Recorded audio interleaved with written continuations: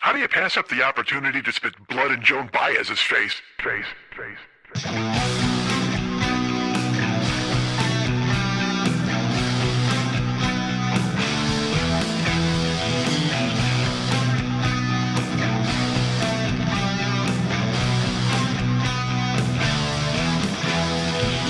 I've read Mark Twain. I've read Huckleberry Finn. I think I earned the right to go on the internet and see a guy get a chainsaw in the face. Dude, my dad was drunk and my mom was dealing with it. Guess what? I got raised by Cookie Monster. My cock looks like it's been in a hockey fight. Time my stupidity. It's at the speed of goddamn light.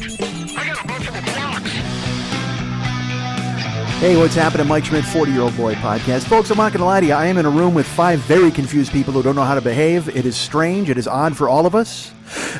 This is a live podcast, but yet it's a dead podcast because we ate beforehand. And none of us can move. And literally none of us can fucking move. Here's what I learned today. Lasagna and enchiladas are cousins. I did not know that, folks.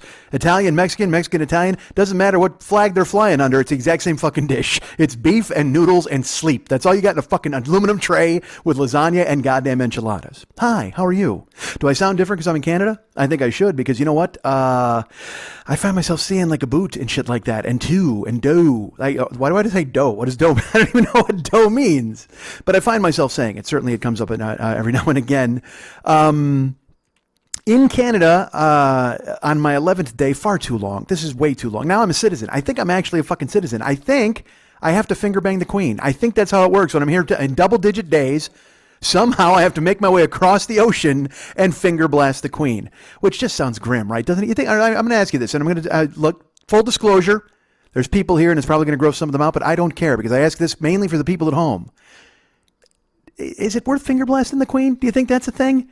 Do you think? Because she can't be. Look, all right, and look, you know me. I like a shaved tail. I'm fine with that, but I don't mind whatever you got. I'm working with anything at this fucking point. It's been a while. If you got a fucking cup of mud, I might jam my cock into it at this point. However. But you know what? You could probably take a cup of mud, put a fancy head on it, tell me it was the Queen. I would rail the fuck out of it. I would tell everybody I fucked the Queen too. That's how I would handle my business. This is probably not something I should be saying out loud in Canada because they support the Queen. She's on all their fucking Lunos and Tunos and all their other bullshit money they got up here. Which is that, and don't think that is not a fucking handful of tomfoolery. Every time I go out, I had American money. I had real green American money with presidents. They've got fucking queens and fucking knaves. There's a knave in charge of this country. How the fuck is there a knave running this place? There's a rogue. I believe there's a rogue on the fucking board. I ran into a rogue. He's on all the money. Fuck you, Prime Minister Rogue. So I have American money and I don't fit in. So I gave all my American money to Ken. And this is the thing, all right? People are very nice. It's Schmitty-Palooza. If you don't know where I am, I'm going to throttle down here because I'm putting, it's funny. There are people in the room. Some people are in the room. I talk faster and I don't know if that means anything that you guys can't parse it. Am I speaking too fast? One person just said no. Everybody else stared at me with goggle eyes going, why the fuck are you still here? They don't even understand it. 11 days, far too long for anybody to be in one place at one time. I don't even want to be in Los Angeles for 11 fucking days. I came up to Canada. And again, this seemed like a great idea. 3 years ago, I was here for, I think, an hour. And it was like, oh, dude, you got to come back. So then last year I came in, or 2 years ago. Was it 2 years ago? No, it was last year. Is this 3 years? Is this the third year? I don't know. Let me get up my Canada to America fucking conversion chart. I believe this is my third year doing this. So the first year I did it, again, I was in town for a very short amount of time, but it was nice to see people. It was nice to meet people. And that's just enough time. That's all the time you really need. And then I came here last week, and I think I was here for a week. And that was totally fun. It was great. We had a lot of cool things that we did and went and visited and did stuff. And so I went, you know what? That was amazing. What if I went this time for like 11 days? And I think one person in Canada went, that's a really good idea. Because I think with the exchange rate, they figured I would still only be here for 7 Canadian days, which is probably the limit. That's the only amount of time you should fucking be here. And yet it turns out that I'm actually here for double digits and people are just exhausted of me. I mean, everywhere I go, they're like, because they're like, is that loud American who's going to finger blast the Queen? They say it everywhere I go because, look, you're not the first people I'm broaching this idea to. I have asked everybody in every public place, hey, can I finger blast the Queen? I went to an en route the other day and I went inside and I asked everybody at every single food court, hey, do you think I should finger blast the Queen? It's 60-40 against. Which was weird. I didn't even think 40 would support me, but they did. I think they wanted to televise like in Black Mirror when that guy railed the pig. You ever see that? That's what I got to do. What did he do? He locked up all their government shit or he stole a kid or something. I don't know. And he's got a kidnapping and he's like, you got to fuck a pig on TV. So maybe I do some weird Canada shit and I throw out a note to the Queen herself and I go, well, look, I got to finger blast you on TV or else all the maple syrup will have poison in it or whatever the fuck I can do for these people that'll make them sad. But I don't know if the queen would. But you know what? Maybe the queen agrees because she's not getting it regularly, right? You got to think about it. She's got, because doesn't she have a husband? Is there a king? There's not a king, right? She's solo. She's just been a queen for a while. So that means A, either she hasn't gotten it for a while, or B, she's getting fucked by everybody all the time. Maybe that's why the guys wear those big fucking hats. What if, let me ask you this, all right, and this is going to sound terrible, but I'm going to go ahead and I'm going to go here. What if the queen is so loose, like she's been railed so many times, they have to jam the hats inside her? What if that's the thing? That's the only thing that satisfies the queen now. She has been such a trollop. She's all over the world with all sorts of different men, and the only thing that satisfies the queen now is they put her in a fuck chair and they bang her with one of those giant hats. I'm just going to let that one sit there for just a second, folks. Nobody expected that. Everybody expected a kind, polite show about me going to an escape room, and guess what happens? The queen gets railed by giant fucking bobby hats. They are bobbies, right? Is that what they're called? I think it's Ronnie, Bobby, Ricky, and Mike, if I remember correctly. If they like the queen, who cares who I like, right? That's a new edition, I think, right? I think it was. All right, so here's the deal, folks. I am in America. Or no, I'm not. I'm in Canada. Heading to America tomorrow in just a few hours. I'm not going to lie. This is weird because there are people here. Literally, I'm not, because you can't hear them. Nobody's laughing. And that is death. And because they even asked me before the fucking show, they're like, well, like, how are we going to handle this? I said, look, if you want to laugh, that's great. If you want to leave, that's great. If you want to just go ahead and take off. And I'm not joking. Two of the people that were here are like, well, we're just going to hang out in the yard then. They're hanging out in the yard. They literally are not in here. They're waiting for the fire to die down. And hopefully, by the time the fire dies down, I'll be done talking in the kitchen and they can come back in and behave like human beings. The host, the dude, and look, if that doesn't tell you how sick of me this fucking guy is after 11 days, the guy whose house I'm staying in is in the fucking yard, wants nothing to do with this. I knew there was trouble too, like the fourth day I was here, because the last time I was here, I did a show. I did a show at like a record store or some bullshit last year. My buddy Rick Wellbanks, he unbelievably came through with a cool space to do a show. We were all sitting around in these fucking bedbug-ridden, soft, comfortable chairs, which is like, that's a Sophie's choice. It's like, well, this is the most comfortable chair I've ever sat in. However, all of my blood is being bitten out by insects. So do I like it? Do I not? And then there's like a wayward bass guitar in the corner that smells like Joey Ramone, and that's just fucking awful. It was just that kind of a dank place, but it was fine. I liked doing the show there. It was cool of Rick to come through for me. But then this year I was coming out to town and I was like, Rick, because Rick moved. He went off to Nova Scotia to see the total eclipse of the sun. And then I'm here, not knowing what the fuck to do with myself. I'm like, well, should I do a show? Should I find a theater? I'm like, what if I just did like a live podcast? That might be kind of cool, because last year we did a Pass the Hat thing. It was totally fun. Everybody was nice. There was real camaraderie involved. And then I'm like, well, what if I do a podcast this year? Okay, that sounds like a good idea. Or we could just, you know what? Let's just hang out at the fire every night. We'll talk. We'll tell stories. It'll be totally cool. We'll tell ghost stories. Then the fourth day I'm here, I said to Ken, I go, I'm wondering if maybe I should have done a show here. And he goes, oh yeah, you should have definitely done a show. I'm like, well, dude, why didn't you tell me this before? And he's just like, well, I mean, it probably makes sense to have like one big event that closes the whole thing. And I'm like, well, I'm doing the podcast. And he's just like, not the same. And as indicated by him right now, literally doing weed work. He's out in the yard. He has a weed trimmer, and he's just going ahead and fucking tidying up, which is a lie, honestly, because it's 9:30 at night. And it's still light outside in some portions of Canada. I think that's the Aurora Borealis, but I'm not sure. All right, so I'm here. I'm excited, but I am full of lasagna and enchiladas. We had a potluck dinner here and I will tell you who's here. And this is not a fucking Musketeer Club. You don't have to go, yay. But our friend Steven is here, and our friend Tanya is here with her husband Mike, and our friend Ken is here with his wife Tresha, and as I've mentioned, in the yard are Ken and John, because they couldn't possibly be bothered, which is fine. And I look, I set myself up for this bullshit too, because when it started, I said to everybody, hey, look, you don't have to come in here and watch this. I totally don't mind. Go ahead and take off. Do whatever you got to do if you want to hang out in the yard. And some of them opted to stay in the yard, and now I'm like, they're in the fucking yard. Which is strange and bananas, I'm not going to lie. Oh, John has just come back in because he wants to grab a beer and go back out to the fucking yard. Hi, John. You can just creep around. Go ahead and grab a chair, or don't, or go back outside. This is even funnier. This is how much Ken hates it. John has come in. Ken's still in the yard by himself. At least he's out there having a chat with John, a deep philosophical chat that John and I had. We had quite a few philosophical chats this week. John wants to talk about anything, and he will take the side against you just to have the long conversation. At one point, I think John, he may have been in favor of the Holocaust. I think that's what happened. just to talk. Like and I'm just like, look, dude, I am not smart enough to have this conversation. I'm not as well read as you. I'm certainly not as intelligent as you, and I can't speak on these because that's the problem where I live now. Everybody speaks on these topics without having one scintilla of fucking sense or logic or intelligence about the topic. Everybody thinks they're an expert on something. And then John spent 45 minutes telling me why the Holocaust was a good idea. And I said, all right, well, I'm probably going to argue this point with you. I'm not going to lie to you. I don't have the facts you have, but still, I'm going to be against the Holocaust. And then this was weird. He came out in favor of the Khmer Rouge, which I thought was really bananas and made no sense. But I mean, look, he likes despots. He's into despots, Dino.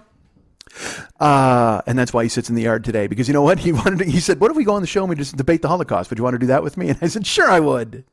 All right, folks, here's the deal. We're here. We're having a potluck dinner. And we're having one. John is right now grazing around trying to find some more food to eat, and I can't blame him. John's a machine. He eats like a motherfucker. It's crazy. I've stayed here too long, as I've mentioned. 11 days, far too long to be in Canada.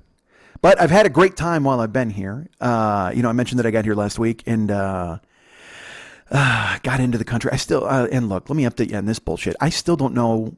I still don't have my passport. I don't have any of the information I need to cross back into America. At this point, I'm starting to wonder if it's going to be face paint and a barrel roll. I don't know how the fuck I'm going to get back there. I was told by the guy at the gate they can't deny me my entry back into my country of origin, which sounds like a weird way of just saying they'll let you back in. That sounds like a weird comic book thing to say. They cannot deny you entry to your country of origin, sir. But my buddy Pat was going to, all right, let's fucking talk about this. He was supposed to get photos of my passport. First, he was going to fucking FedEx it. And then I said, why don't you just get photos? Because they said photos would be enough. And I said, and while you're there, just get a photo of the birth certificate. And he said, sure. And he was supposed to go last week. And then my manager in my building said, oh, that doesn't work. And then the next day I said to Pat, well, what about the next day? And he said, well, that doesn't work for me. And I can't get them on the same page. So here it is, Thursday night.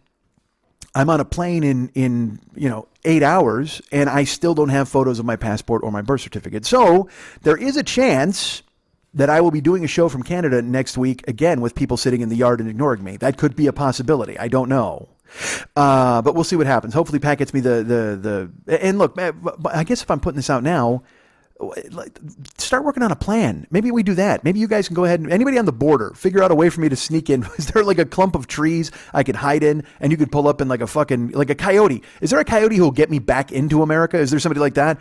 Some kind of poutine eating cheese motherfucker who'll go ahead and just take me over the border? One of you Canadian, there's got to be some Jacques out there who'll do this, right? Some fucking French Canadian guy named Leclerc who'll fucking bring me in. I don't know. I should have probably thought about this before the night I'm leaving, for fuck's sake. I texted I don't want to say her name, Jesus. My manager, I texted Pat, and it seems like everything is going to be okay, which is good because then I can get home and actually use a microphone that has a microphone cover, and I don't have to talk into a gym sock to you folks. But the gym sock is working well, isn't it? Don't I sound terrific, folks at home? Anybody? No? Really?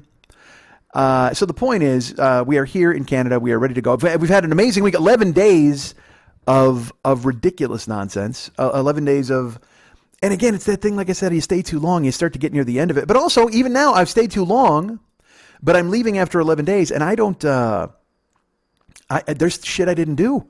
Stuff that I planned on doing that I didn't get done, and places we didn't get to go, and I was supposed to do Vice. I was talking to, Ken asked me, he was like, hey man, would you want to do Vice? He's like, and he gave me a few options, and I was like, well, that sounds like something, because here's the problem. Like, yes, I do. I have never been to a Canadian, I guess they're called a peeler bar, if you will, strip club, whatever the fuck. And I'm like, yeah, man, I'm in. I could do that. And Ken's like, all right. And we were trying to figure out a day to do it. But the thing is, Ken is he's a public face here in his neighborhood. Certainly, he has a job that he's a cop. So I'll just fucking tell you. So he doesn't want to go dragging American comedian into strip club, and then who knows what the fuck's gonna happen.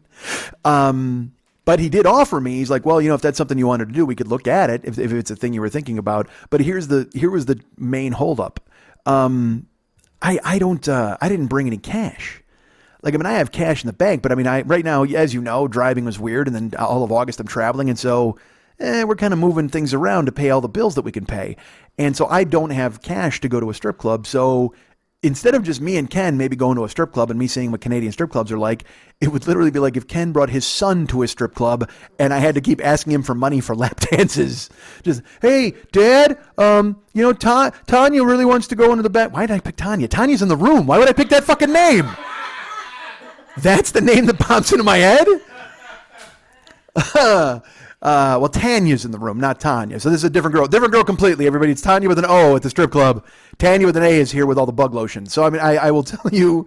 But, yeah, that's the thing. I got to go to Ken and go, hey, she's giving me the eye here, and she's been on my lap for the past half hour. I want to go into the champagne room. Could you give me some of your stupid-looking Canadian money so I could make this happen?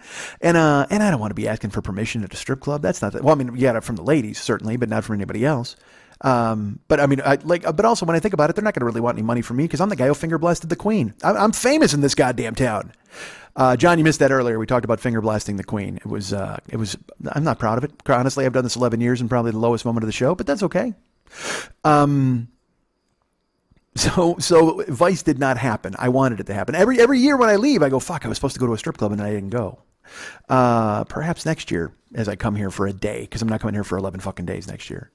I got to town, I did a show already here once, but I cut it off. I think the last thing I told you guys was that I had gotten into the country and I had made an old man mad at a donut shop, which could be really any country on the globe. When you take me into your borders, I'm going to make an old man angry at a donut shop. You can count on two things with me. I'm not going to have any money. You're going to have to pay for all my strippers, and I'm going to make an old man angry at a donut shop. But then I was able to, the first night, like I said, we went home. I crashed like fucking 7:30 in the morning, and then we went out to. I met everybody out at dinner. It was Ken and Tresha were there, and John was there. Ken was there. Everybody who's here now, I believe, was at dinner, except Steve Brogy is a new guest here today. He was not at dinner that night. Who was out at dinner that night? It was Ken and Tresha, me and Ken, John, Tanya, and Mike. I think that's all we had. And we went to a place called The Works, which is a hamburger place, and they fancied themselves a construction site. So, we ordered food. Stupid me. I'm in Canada. I'm going to get something Canadian. So I got a maple Canadian burger with like poutine gravy and French curds. I mean, it had everything except Trudeau didn't jack off on it. Like, that's the only thing that wasn't Canadian on the goddamn burger.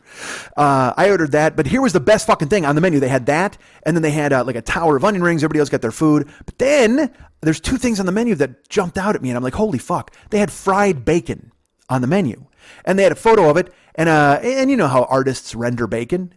Render bacon. Look at me. It's, when you burn bacon and you cook it super crisp and it's really small and you can crumble it in your hand to make bacon bits. Well, they did that, but then they breaded it.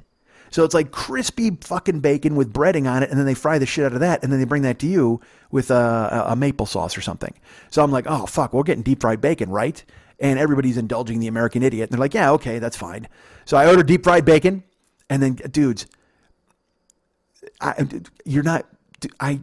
just have to say it. I was going to set it up. They had craft dinner on the menu. Oh my God. I have been here 3 times and I wanted craft dinner every single time just to taste the difference. Because we have, I have macaroni and cheese back home, but here it's called craft dinner, and I could not wait to taste the difference between American macaroni and cheese, craft macaroni and cheese, and what they call KD in Canada, because I don't know, the macaroni wears sunglasses. I don't know why it's cool, but that's fine. So I ordered the KD. Everybody gets their burgers. Everybody gets their stuff. And then my buddy Ken, he gets not Ken. Here's the thing. Ken with 2 N's is where I'm staying at his house. And our buddy Ken, Tresha's husband, is 1 N because he understands how to spell names. So he went and got some burger. It was like that had pineapple and peanut butter on it, which actually looked good to me. I was going to make my own burger with caramelized onions and pineapple and peanut butter, but I went with the maple bacon poutine nightmare because I'm like, all right, it's fucking Canada, first night. Let's leave with our best shot. And then Ken, and here's how everybody is. They're super generous to me and they're very nice. And they understand also that I have no money. So I've been on God's good Canadian humor all week. Somebody has picked me up everywhere we've gone and they've paid for me. And it's relentlessly kind, and I'm internally grateful to everybody for doing that. I wish I wasn't wasting their gratitude on maple fucking poutine hamburgers, but it's happening, and I did that. But then Ken gets this burger with pineapple and peanut butter, and he cuts his burger in like thirds and hands me a third of his burger. And then Tanya's husband, Mike, had a hamburger that had like I like garlic sausage or bologna on it. I don't know what the fuck it was, some barbecue nonsense. And he cuts me a third of a burger. Now I can't even eat my fucking hamburger, but now I've just got this pile of food. But the only good news is I have a secret weapon, not a foot away from me, is the aforementioned John, who will eat everything that you put in front of him because he's a monster. It's crazy. I want him. He's the fuck Joey Chestnut. John's got to come to America and do that fucking hot dog eating contest because he will eat Joey Chestnut under the table and then lift up his corpse, pull it in his mouth, and pull out the bones of Joey Chestnut and laugh because he just puts it away, and I don't know how the fuck he does it. So I knew whatever we had, I was going to be able to give to John. So everybody gave me a third of their burger, which it seemed weird, like they were tithing me, like I was Tony Soprano, and I got a cut of everybody's meal, which was strange, but that's fine. And then I get my burger, and it's just got, maple and the cheese curds. It's too tall. It's too big. I can eat 2 bites of anything these days. You know me. So first they bring the onion ring tower, which is, well, it's a fucking onion ring tower. It's literally, it looks like a fucking candelabra with onion rings on it. Like someone someone went, you know what I hate? Baskets. Let's try to find some other kitchen accoutrement or something from the den that we can stick onion rings on that'll sort of look interesting. So that's what they did. They brought an onion ring tower, but then they bring the fried bacon. Now, again, I speak to you people in America. You know what bacon is, right? It's long strips of meat that you cook until it gets crisp, and you eat it with breakfast occasionally. And by occasionally, I mean all the fucking time. Well, in Canada, bacon is the width of a dog tongue. It is thick. It looks like you ran a can of Spam through a bandsaw. That's how it's just that kind of thick, nasty, fucking pink. Unless you get it done in the right place. Like I've gone to this St. Lawrence's Market, possibly, where we've had pea meal bacon sandwiches, which have been fucking amazing. But this joint, all right, look, if you want to fry me some pea meal bacon, like on a griddle and bring it to me with eggs, that's totally fine. But if you cover it in crumbs, like, and deep, because that's what they did. And they didn't even cook the bacon beforehand. I thought we were getting some airy, light, crunchy, crispy bacon with a deep bacon flavor covered in breading, and they would fry the shit out of it, and they would give it to us, and you'd bite it, and it'll all crumble and fall apart. Well, instead, what I got was, you ever see in the cartoons when Wally Walrus smashes his thumb with a hammer, and it gets really fat and throbbing? That's what this bacon was shaped like. And then they covered it in breading, and they threw it in the fryer. They didn't cook it. It was raw, and they covered it in breading, and they figured that the oil would do the fucking work. And it was the kind of, you had to bite it and tear it. You know what I'm talking about? Where you have to put it in your mouth, and you can't just take a clean bite or it doesn't crumble in your mouth. You have to bite it and fucking pull it up. It was like if you deep fried tangy taffy, but it was fucking pea meal bacon flavor. It was fucking nasty. And we tore that apart and we ate that, and it was just like, oh Christ, all right, well. And all of us, here's the good news though. I ordered it and then I thought, oh man, I'm the dumb American who didn't see this coming. Everybody else at the table thought it was going to be exactly what I thought it was, crisp, because the picture, they had like a picture of crispy bacon, and they said, we fried bacon for you. I was furious. Which seems weird that I would get furious at food, right? That doesn't sound like me at all. So we ordered this pea meal bacon, and it's fried, and it's nasty, and then my burger comes, and it's too big, and everybody else gives me a third of their fucking sandwich. And then they bring the Kraft dinner out. And folks, I'm here to tell you, I've done a very scientific taste test between American macaroni and cheese and Canadian KD. And there are a lot of differences in our countries. But let there always be one similarity between us. We both eat the same shitty macaroni and cheese out of a box. That's what it tastes like. It tastes exactly like American macaroni and cheese. It's butter and milk and that orange fucking powder that they've been digging out of the macaroni and cheese mines for centuries. And it was the best part of my meal. I won't lie. It was truly the best part of my meal. And then I went to use the restroom, and on the sign on the restroom for the men, it had a sign that said men's dumping ground.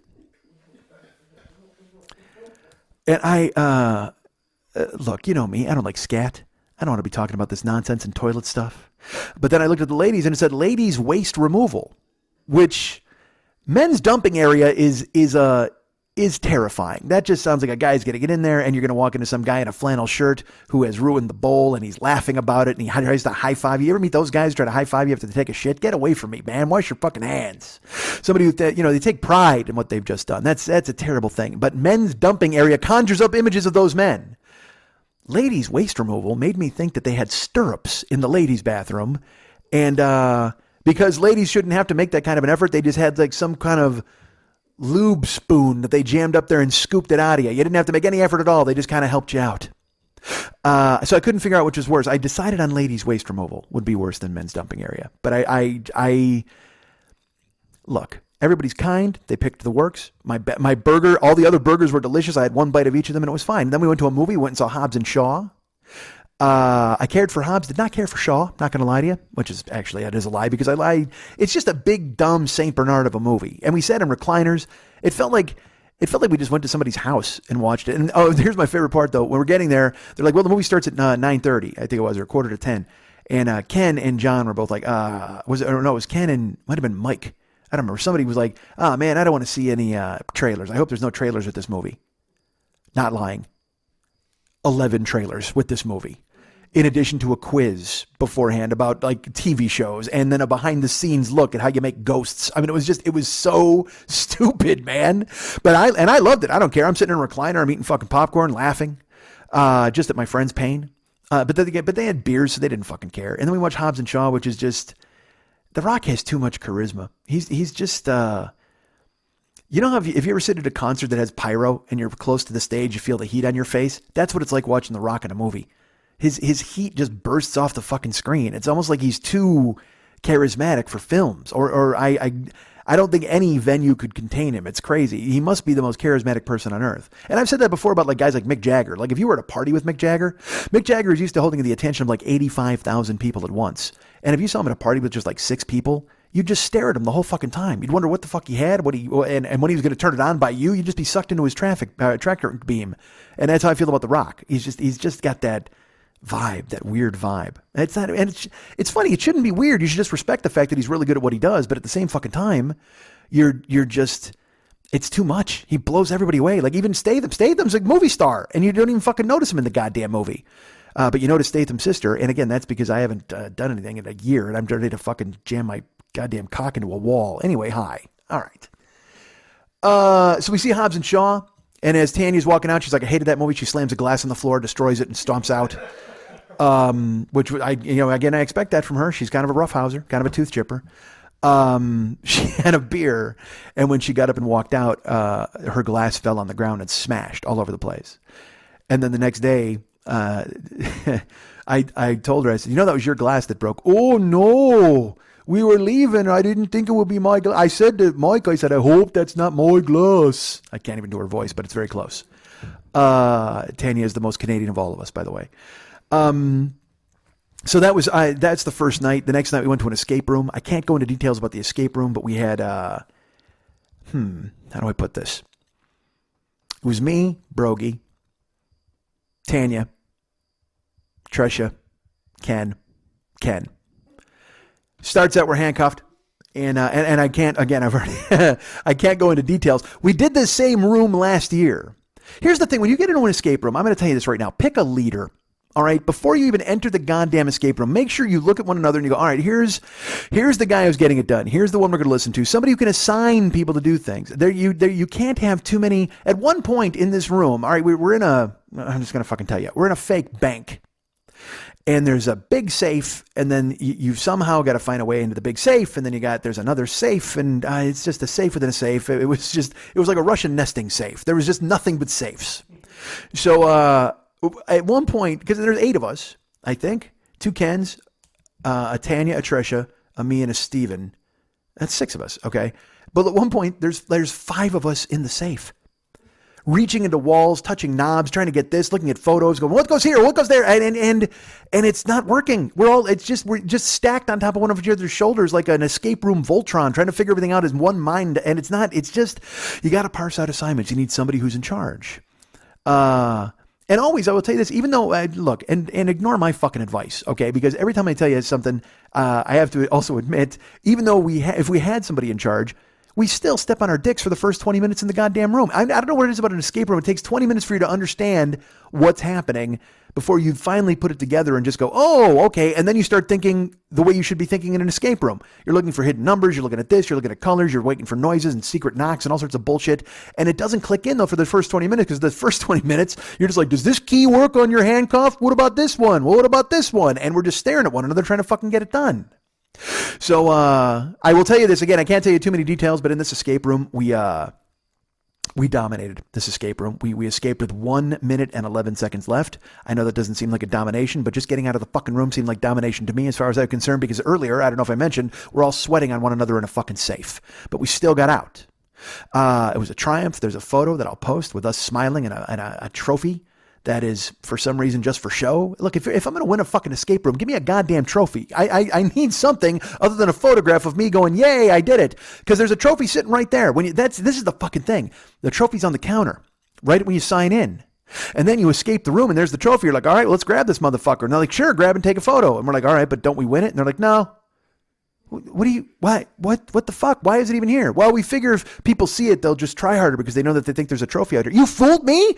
I can't believe I was bamboozled before I even got in the goddamn room. That's not fun. It's not fair. But we got, I'll tell you this too. We had a lovely young lady who was in charge of us in the escape room. I'll tell you this. I don't know much about Canadian law, but I think it goes government, people who work at escape rooms, police. Because this woman was brimming with unearned authority. She's like 18 years old. And we have to put all of our, because here's the thing, you can't bring your shit into the escape room. And purses and phones and all that shit. So we all put our stuff away.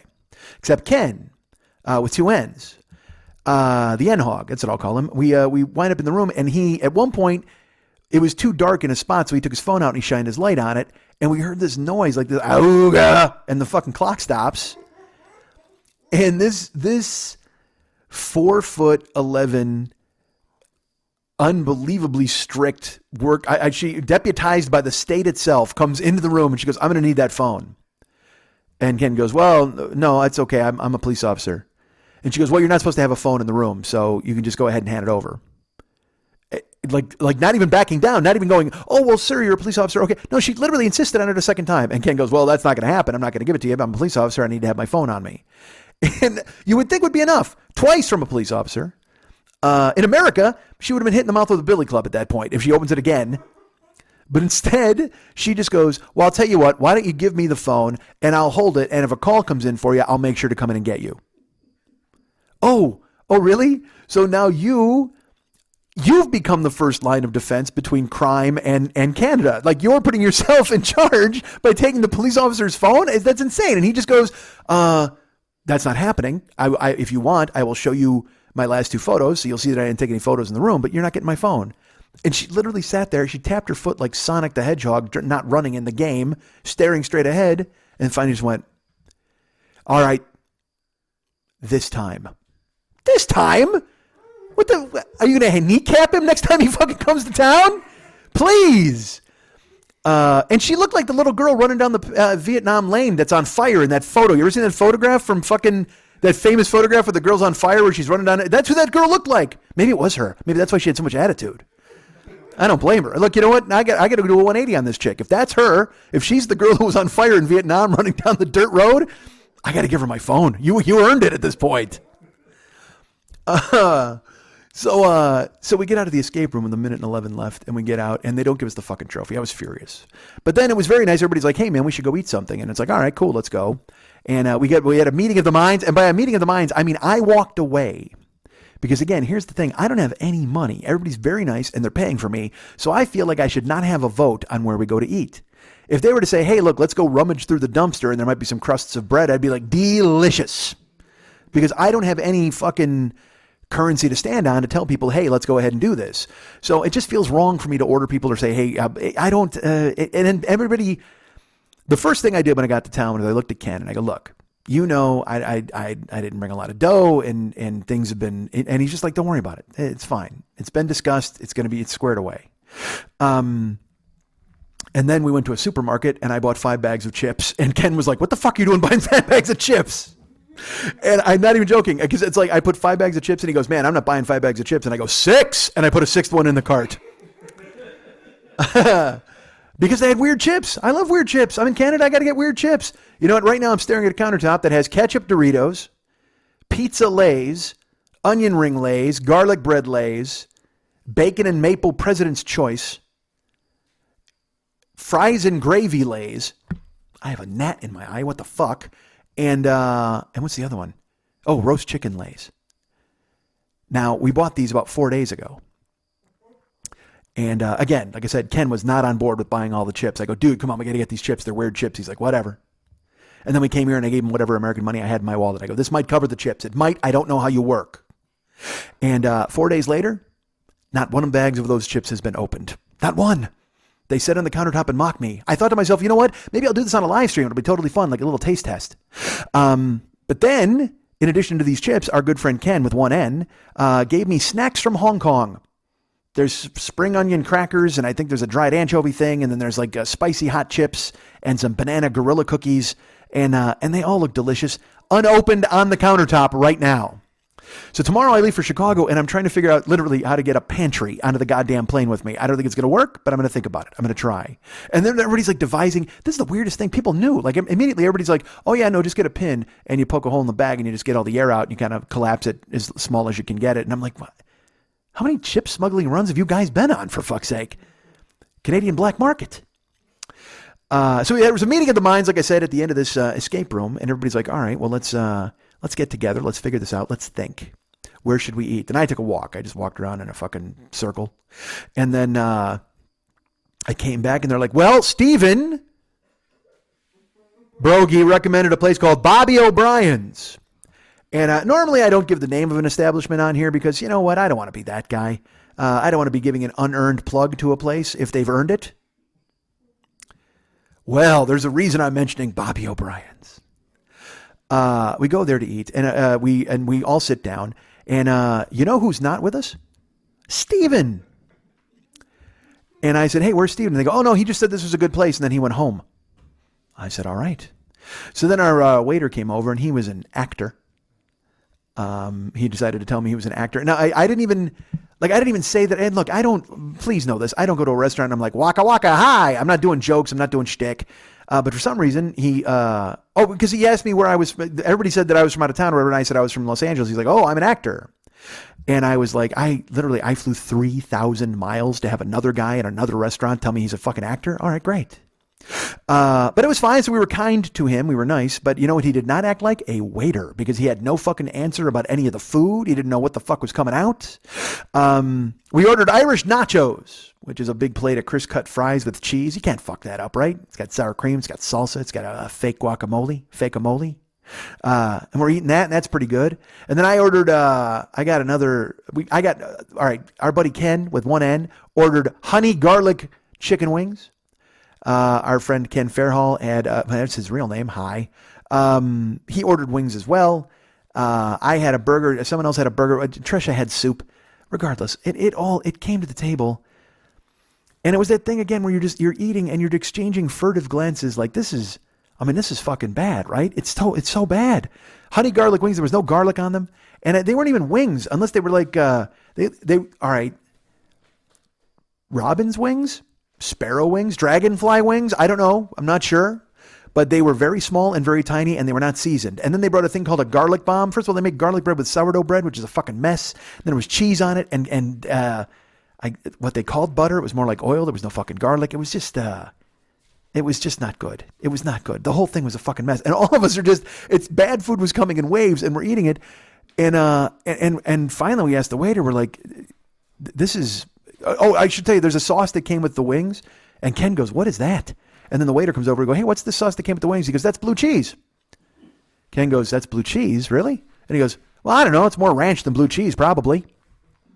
That's your answer? And we just went, all right. Well, and he's like, yeah, sorry. We're undergoing new management, so we have a lot of issues right now in the kitchen. And you don't tell people that when you're about to hand them a $75 bill, for fuck's sake. But he did. He also he said he had a friend who was in the movie Pacific Rim, because he said his friend moved to. I said, oh, Guillermo del Toro, and he goes, I don't think so. And I said, excuse me, and he goes, yeah, no, I don't think that's him. That's not his style. Well, Bart from Canada. I'm glad you're here to tell me what Guillermo del Toro's style is. And you look, you know me, folks, I'm a terrible person. So I took up my phone and I Googled it. And then he came over to me. I said, hey, Pacific Rim, Guillermo del Toro. He goes, oh, score one for you. I'm like, yes, Score one for me, Bart from Canada. Score one for me. You're listening to The 40-Year-Old Boy, and coming up, the Jerk-Off Journals. Don't listen too much, you'll go blind. So I literally, dude, was right above the painting, like almost to the ceiling. That's where, I mean, I couldn't believe That's how progress. Far. Yeah, it was huge. You should do what I do, man. I keep track of distance. How do you do that? I just, every time I shoot, I just draw a line where it landed, so I know. What do you write the date next to it or something? No, my girlfriend's pissed off enough I draw the lines on her. Two cool jerks. The Jerk-Off Journals on the Mike Schmidt Podcasting Network. You don't have a girlfriend. The next day was Thursday. I have started this part of the show over 5 times now in front of a room full of people. Good Christ. It was Thursday. And we didn't do anything. I had a work day, and then I wound up going to dinner with John to a place called Grand Trunk Saloon, which was built on fried chicken, according to the waiter. When we walked in, we asked him, and he said, "Yeah, this whole joint is built on fried chicken. If you're gonna get anything, get fried chicken." So we ordered the fried chicken, and it was amazing. The guy did not lie. Not like Steve Brogy telling me to go to Bobby O'Brien's and slinking off to his own goddamn house. So we had that. I came home, and then Friday we went to Iron Maiden. It's something I haven't done since 1985. Me and Ken, and Ken, everybody's been very kind to me here. They're bringing out the dinner. They're taking me places. They're bringing me snacks. Everybody's so lovely. And Ken got tickets for Iron Maiden, and he didn't tell me where we were going to be sitting. So we go to the concert, and dudes, again, I haven't been to Iron Maiden, like I said, 85 Power Slave tour, and to go there, it's amazing that they're still on the road and they're still getting it done, and that they have people my age, they have people that are young, they have people older than me, for fuck's sake, and all of them come out in their Hessians gear with their long ass fucking hair and their denim coats and their Iron Maiden patches. And Iron Man, they understand marketing, because they had easily, we counted, we got to 50 different t-shirt styles. They had at least 50 different t-shirt styles that we could see. And they were selling 8 that night, a special Canada shirt, all sorts of different stuff. We go to our seats, we're 4 rows behind the pit, which is, that's the perfect place to be when you're old, because you're just close enough to feel it, where you think that you could be kind of part of the action if you wanted to be, but also you're just far enough away to not break a toe. You know what I mean? Which really puts a damper on any evening that you spend out with a band. You're like, oh no, I can't believe I got kicked in the spleen by a man 21 years my junior. But that we got down to the seats, and then for some reason, I decided to do a Twitch broadcast from the seat. So I pulled out my phone, and I was, which it was great. People tuned in, and people were very nice, and they watched. And then everybody kept telling me, you should look behind you. And I didn't realize until I watched the tape back, I'm filming me, and I'm talking. I talked for like 25 minutes, and Ken's with me, but behind me, these dudes are staring at me, staring directly into the camera, just with this. He's not gonna do this the whole fucking show, is he? Which I understand. Again, I've been to movies and people talk and shit like that, and I'm waiting to fucking murder somebody. But it didn't stop me. I still did a 25-minute fucking broadcast from there, and including me on my new partner, who you might want to look for on my new Twitch streams, Rob from Detroit, who was a dude next to me who was just like, Maiden, and then I'm like, what? And he's like, I saw him in Cobo Hall in 1981 or whatever the fuck. He was just this little stoner dude, and then Maiden hit the stage, and they were incredible. I again, it's been since 85 that I've seen them, and they're all 65 years old, but they put on a show like guys 30 years younger.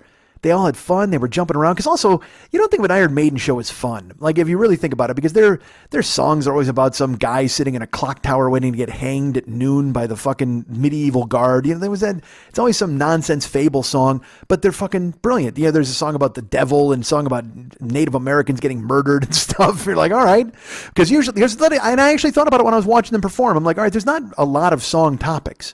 There's, man, I want to fuck that girl. Oh, I probably shouldn't have fucked that girl. Man, I'm enjoying fucking this girl. Oh, why did that girl leave after I fucked her? Like, that's your handful of songs that you can make. Or if you're Iron Maiden, you're like, what if skeletons could talk?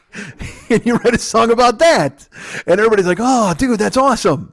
And it was. They were a machine. 3 guitar attack, Steve Harris on bass. And the coolest thing about Steve Harris, again, he writes fucking everything, basically.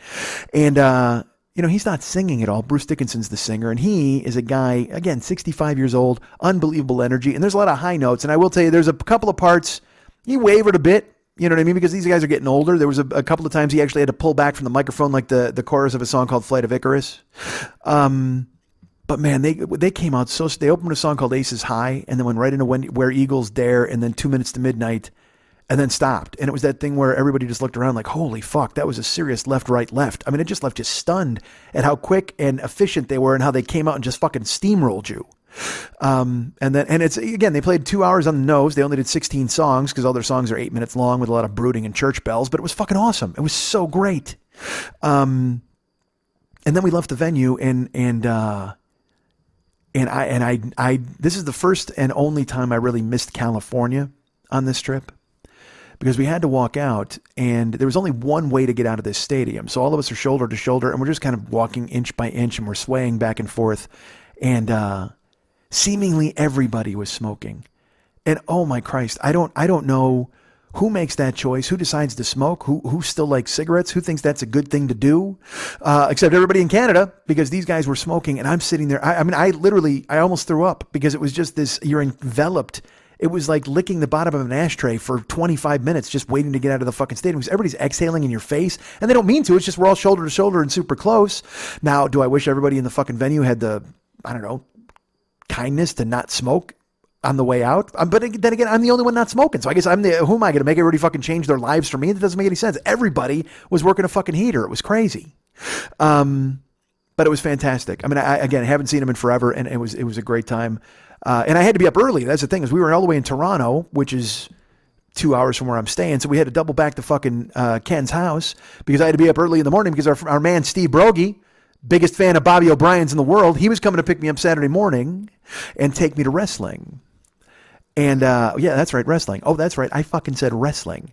Steven went out and got tickets to women's wrestling for us, and we were meeting Tresha and Ken in Toronto, and it was a card called, it was called The Summit. And it was all these wrestlers from a company called Shimmer and a company called Rise and a company called Femme Fatales. Basically, we didn't know anybody. I didn't know any of the women on the card at all. I didn't know the names. I didn't know the women wrestling. This could have been a gang fight in a sorority house, and I would have had just as much name recognition with these chicks beating up one another. It would have been fine. I was on board with it. I don't care. We sat super close. I sat with Tresha, and Tresha got herself worked up into a lather working for her friend Big Swole. She was rooting for her. It was just fun to pick sides. And again, we didn't have any, we met a girl. There was a girl named Siobhan who was sitting by us, and she was just a tiny little slip of a girl, probably a librarian. She had, let's put it this way. Here's who she was. She was so cute. She had headphones on to protect herself from the noise. There's 100 people in this venue. What kind of noise could we possibly make? But she's got these little earphones on like, yay, I can't damage my hearing. And she was really, I like meeting people who like wrestling, but who know it's fake or understand it's silly. But also she was rooting hard for it. Like she had a favorite and she wanted that person to win so bad. That's how I've been my whole life. If I have a favorite, like, and I love the Road Warriors. Look, I know it's phony. I know it's fake, but I'm rooting for the Road Warriors to win. I want them to fucking win. And that's how she felt. I said, who are we rooting for today? She goes, oh, we're rooting for Rosemary. And I said, who's Rosemary? She goes, it's this girl. And she shows it to her. And it's a woman in like makeup with like a pentagram onesie on. It's the only way I could describe it. And sure enough, she comes out for the first fight. And you know who she looked like? Now you guys might not get this. I played a game on Twitch. And it was, I just finished it. I didn't even know what the fucking game was called. It was Spooky Town is what I called it. And there was a spider chick in there that you had to fight. And it was a woman who came at you on all fours like a spider with her hair down in her face. And this Rosemary chick comes down the aisle and Trisha goes, oh my God, it's Spider Chick. I was like, it is. Holy shit, it is. It's Spider Chick. So then we're with Siobhan, who doesn't hear us because she's got her earbuds on and she doesn't listen to us. And she's in her fantasy world rooting for Rosemary. But we watched Rosemary kick ass and she won. And then I will tell you this. There was one woman on the card that I knew. And it was just on accident because somebody had tweeted, brace yourselves. I'm sure this isn't going to fucking surprise you. I follow a bunch of wrestling stuff on Instagram. And for some reason, like 2 weeks ago, this account had tweeted this girl out in a thong.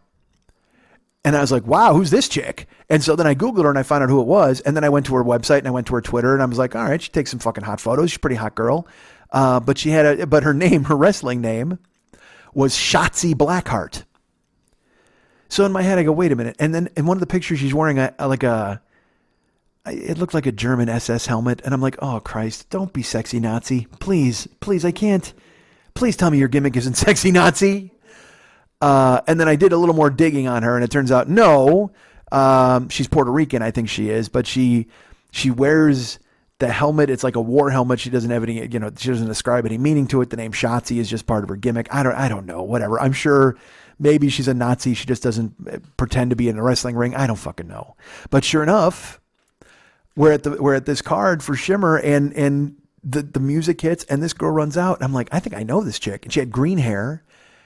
And all of a sudden I started taking photos of her, and I have a fantastic photo of her. Look, I'm not going to lie to you. She's bending over the ropes in a G-string. It's probably, that's not the part we're looking at. Certainly none of us. Please be clean, folks. She's flipping her hair back. You ever see when a girl puts her really long hair in the water and she flips it back and it gets that kind of like mohawk rainbow type effect? Well, she's doing that in the light, and she's leaning back, and all of her hair's getting tossed back while she's got her ass in her face, which is fine with me too. But then finished, and I looked at Trisha and I go, I know who this chick is. And she's like, what? How do you? And I go, yeah, I think she might be a Nazi. And Trisha just looked at me like, what? I go, never mind, don't ask. But we had crazy fun. It was a bunch of wrestling chicks we didn't know in a small venue. And here's the funny part, like Brogy and Ken sat in front of me and Trisha, and there was a lady wrestler in their aisle dressed up she had a leather onesie on, fishnets, wrestling boots. She had her blonde hair teased way the fuck out. And I see her and I'm like, oh, I wonder who she's fighting. So she sits in the aisle with Steve and Ken. And she's just, look, I'm not going to lie to you. She's kind of a house. So she comes lugging her double wide down the aisle, and they got to lean way back. But I'm just like, dudes, you're not going to avoid that ass. It's just coming at you in 3 fucking D. There's nothing you can do. And even with the fishnets and everything, it was looming. You could have I couldn't see the ring. It was just gigantic. So she slides all the way down and sits down with another guy who starts yelling at the other lady wrestlers. And I'm like, all right, well, this is obviously an angle. He's a manager. She's a wrestler. And, we go to intermission. She walks around and people are kind of staring at her. And then she sits down and intermission ends. And then the rest of the card goes. And, she's not fighting anybody. She's just wearing that outfit because she's wearing that goddamn outfit. She's just putting her ass in everybody's face just because she fucking wants to. And the other guy who's like, in my mind, I'm like, are they trying to get jobs at this wrestling company? Like, why the fuck would they both dress up? And he's like this mouthpiece. He's introducing people to her. It was so fucking bananas. But that's what you get when you go to these really small wrestling events. You get these people who are questionable. You get your Siobhans, certainly, who are in their fucking earphones trying to make sure they don't lose their hearing. And then you get this chick who's trying to get a fucking job and putting her ass in Secret Agent Ken's face. It was crazy. But then we leave and we went to lunch. We went, they were like, and look, I recognize this whole thing's about food because who the fuck am I? It's everywhere I go. It's what I do. I eat and then I tell you about it. So we wound up going to, Ken's like, do you want pho or Thai? I said, well, I've never had pho. Ken's like, oh my God, you've never had pho? I'm like, nah, I talked myself out of it. Like I talked myself out of ramen for a long time, but I'd be willing to try pho. And he's, oh man, it's up the street. So we go walking up, we get to the pho place. We're looking at the menu for the pho place. And I'm like, all right, well, what's this like? Is it bitter? What is it? And then Ken's like, oh man, you'll totally love it. So we're looking at the menu. We're looking at the pho. It's me, Steven, and Ken leaning in. And from behind us, about 4 feet behind us, I hear a voice yell into the afternoon. The Thai place is right here.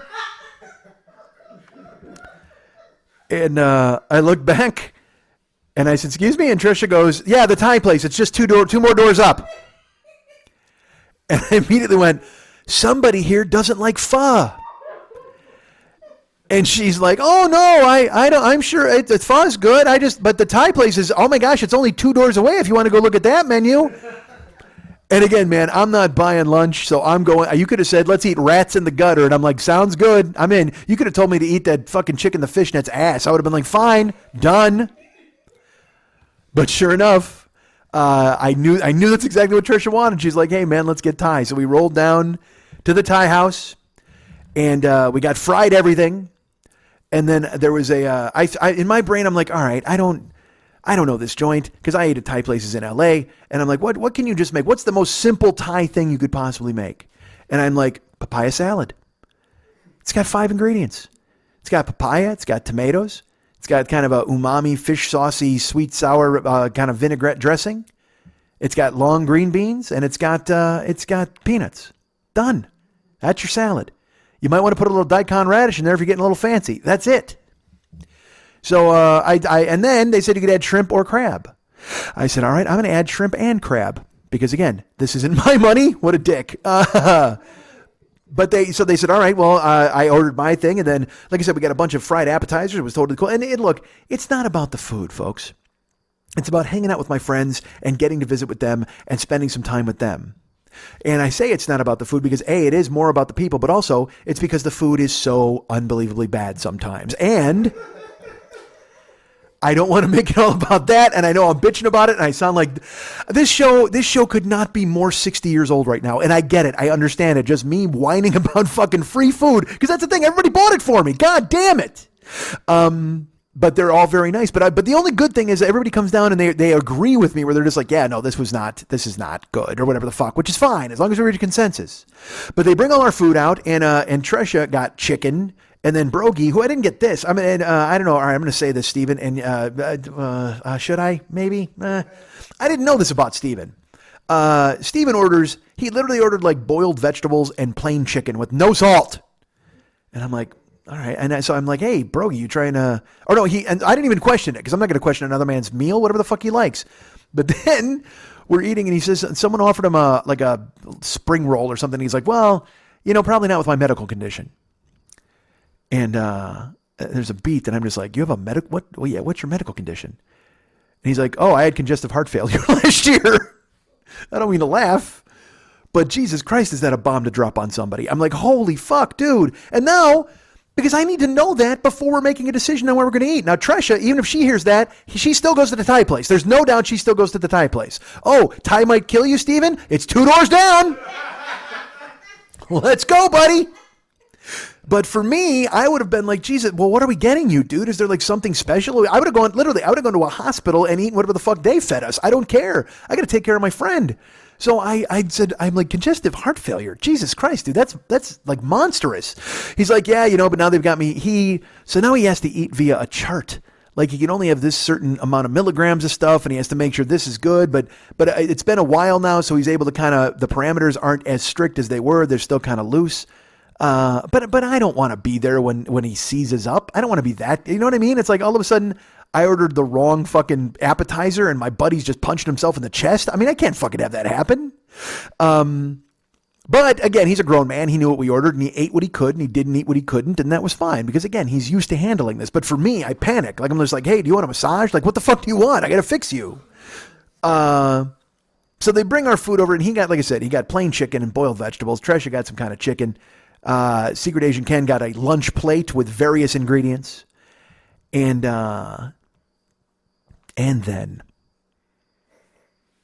then they put the papaya salad down in front of me.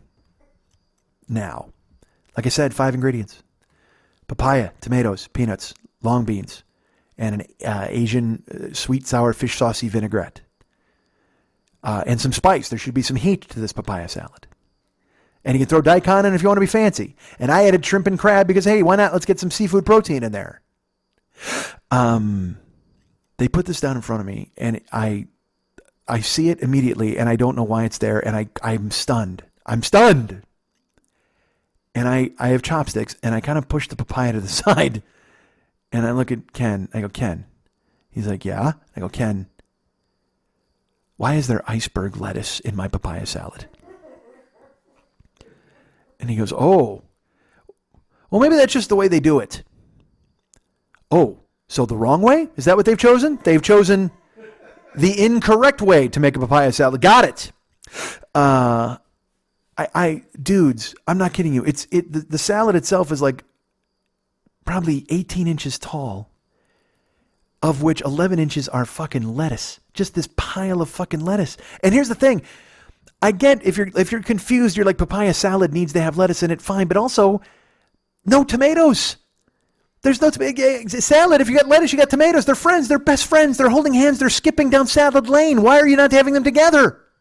And so again, I'm a terrible person, but I take all the papaya off and I put it on a different plate. And there's no peanuts. There's no tomatoes. And it's just papaya and lettuce. and it said it had daikon, but it must have been shredded the same way as the papaya, so it blends in because it's the same fucking color. The whole point is they have a colorful presentation. And I know I'm a child, I get it. And then I ordered the shrimp and the crab. It was frozen shrimp, just cut in half, and it was the crab you spell with a K that you get in the sushi rolls at the supermarket. And that tasted fishy. That should not ever, because here's the thing, that's not fish, that's crab with a K. That is, I mean, it is not even close to the sea. It's never visited the beach. So it shouldn't have a fishy taste, and yet it did. They must store it with the other fish. I don't know. But it permeated. It had this lingering, oh, dudes. I took one chopstick full and I got a shrimp. I got a little bit of the crab with a K, and then I took some of the papaya and I put it in my mouth. And then, and the coup de grace, the final kick in the fucking teeth. Dudes, no sweet, spicy, umami, sour dressing. It tasted like they just poured vinegar on this papaya. Like the sweetness of the papaya would carry that, and then they just covered it in this sour liquid. Oh, dudes. And I felt awful. Here's why I feel awful, because my friends are buying me lunch.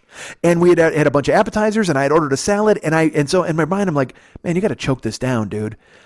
Just so you don't look like a fucking jagoff to your boys Ken. So I ate like 2 more chopsticks full or whatever, and like I said, the appetizers are great because they're fried and they were delicious, and that's fine. But I ate 2 more things of the papaya salad, and I put it to the side, and I was like, I can't do this. And everybody was lovely because, I mean, look, they had bought me wrestling tickets, they're taking me to lunch, and I don't enjoy looking a gift horse in the mouth. And that's not what I'm doing. I'm literally elbowing a gift horse in the mouth at this point. I'm just punching him as hard as I can in the fucking mouth. And that's not nice. You can't do that. But I did. And I'm like, fuck. So part of me is like, yeah, I should choke this down. But then I just couldn't. It just was not for me. And I was like, all right. And they were kind enough to understand. I told them, I was like, all right, sorry. I mean, it was almost like, you know what? I'm not even remember. I don't even remember what the name of the Thai place was. But I'm willing to guess it was Bobby O'Chang's. That's my guess. It could have been, it was that fucking grim, man.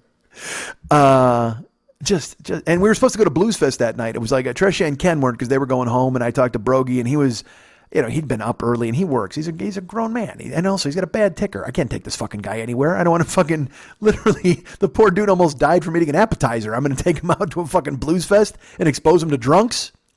But I asked him if he wanted to go, and he was very gracious. He's like, you know what, let me go home and rest for a couple hours, and we'll see if I want to. And then he went home, and I'm sure he crashed, so I didn't hear back from him. So Tanya said she'd pick me up. Tanya and Mike came, because Ken with a second N, he wound up going to he had to work the Blues Fest in his capacity as a law enforcement official, but he was actually working for a different company, doing some overtime for liquor license stuff. So we wound up going to Blues Fest. There was a Canadian legend named Kim Mitchell at the Blues Fest. Mike dropped me and Tanya off. We went in there, and we were going to do a couple of laps around, wait for Mike. So we meet Ken. We talked to him for a while. He's like, hey, the show's about to start. Come on in. There's food trucks. It's pretty cool. And I will tell you this. The best thing about this trip is I'm not in my house. I'm not in the apartment. I'm going to wrestling. And look, going to events, going to wrestling, going to Maiden, all that stuff is fine. But visiting with people is what it's about. Seeing people. Tonight we sat out in front of the fire, and it's just something where I go, I should be doing this more often. I should go out.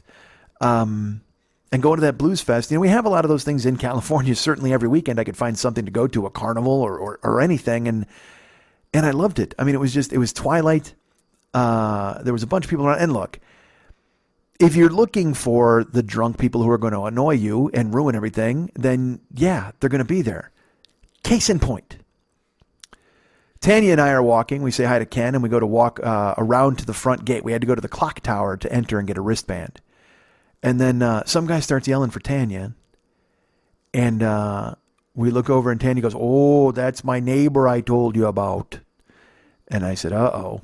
She goes, yeah, because she had told me, she goes, even before we went to this thing, she's like, my neighbor's going to be there, but I don't know if I want you to meet him. I'm like, why? She goes, oh, because he's going to be so drunk, and then you're going to think that, that I hang out with people like that. I'm like, I'm not going to judge you from this guy. And then I met him. We were walking, and there's a break in the gate, and there's one security guard there. This little, I don't even understand. Like, dude, at Maiden, they had all the security people were small women, and I looked at Ken, when we got inside, I go, dude, this is ridiculous. Where are they? Because I mean, in LA, it's all beefy fucking dudes.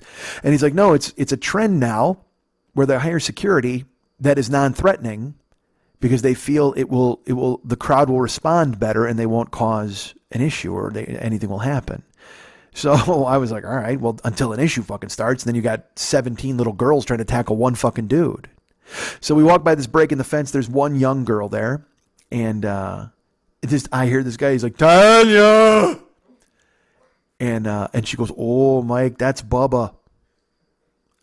And I'm like, of course it is. I didn't even know who Bubba is. I just know that sounded like a fucking Bubba. And I turn around, and it's a guy. He's got the uniform of white guy summer on. He's got your khaki shorts. He's got your sleeveless shirt. He's got the sunglasses up on top of his scalp. He's got a beer in both hands. And he's like, hey, come on in this way. And the security guard looks at us and goes, you guys can't go in this way. You got to go around to the front to get a wristband. And Tanya goes, oh no, we're gonna get a wristband. And Bubba goes, don't listen to her. Come on in. It's fine. It's fine. It's fine with me. It's fine. I say it's fine. It's fine. And I mean, I've worked enough shows and I've been security at enough places to know that Bubba just needs a fucking clothesline in the throat right now. I mean, he's going to be an issue. In 20 minutes, he's going to be a problem. He's a problem now, certainly for this little girl, but in 20 minutes, he's going to be everybody's fucking problem. And he's like, no, it's fine. Come on. And I say it's okay. I say it's okay. And Tanya looks at me and she's like, we'll go around the front. It's okay. And I said, okay. And the security guard just goes, no, sir, it's not okay. They can't come in. They got to go. And Bubba comes over and he literally pushes open the fence and he goes, no, come on. I say, it's okay. It's okay. You guys can come on in. It's okay. And Tanya goes, no, we're going to go get the wristbands. And the security girl goes, if they want a drink, they got to go get wristbands. They have to go to the front. And Bubba goes, they're with me. They can drink. Just let them in. Come on, they can come in. And Tanya goes, no, we're leaving. And Tanya kind of grabs my arm to pull me so we don't engage the guy anymore. And the security guard looks at Bubba and goes, yeah, no, they're okay. They're going to go to the front. And Bubba looks at the security guard and goes, don't you know who I am? And I don't know if it's Bubba's wife or girlfriend, but that was her cue to immediately go, oh, okay, we're done. And she just grabs him by the shirt and kind of pulls him away. And he's like, oh, I just wanted my friends to come in, whatever. And we walked. And Tanya looks at me and she goes, oh, I told you he'd be so drunk. And I'm like, yeah, I don't think that's not even drunk. That's like science experiment drunk. And we walked into Blues Fest and it was a ton of people. Kim Mitchell took the stage. He played a couple of songs. We took a couple of laps.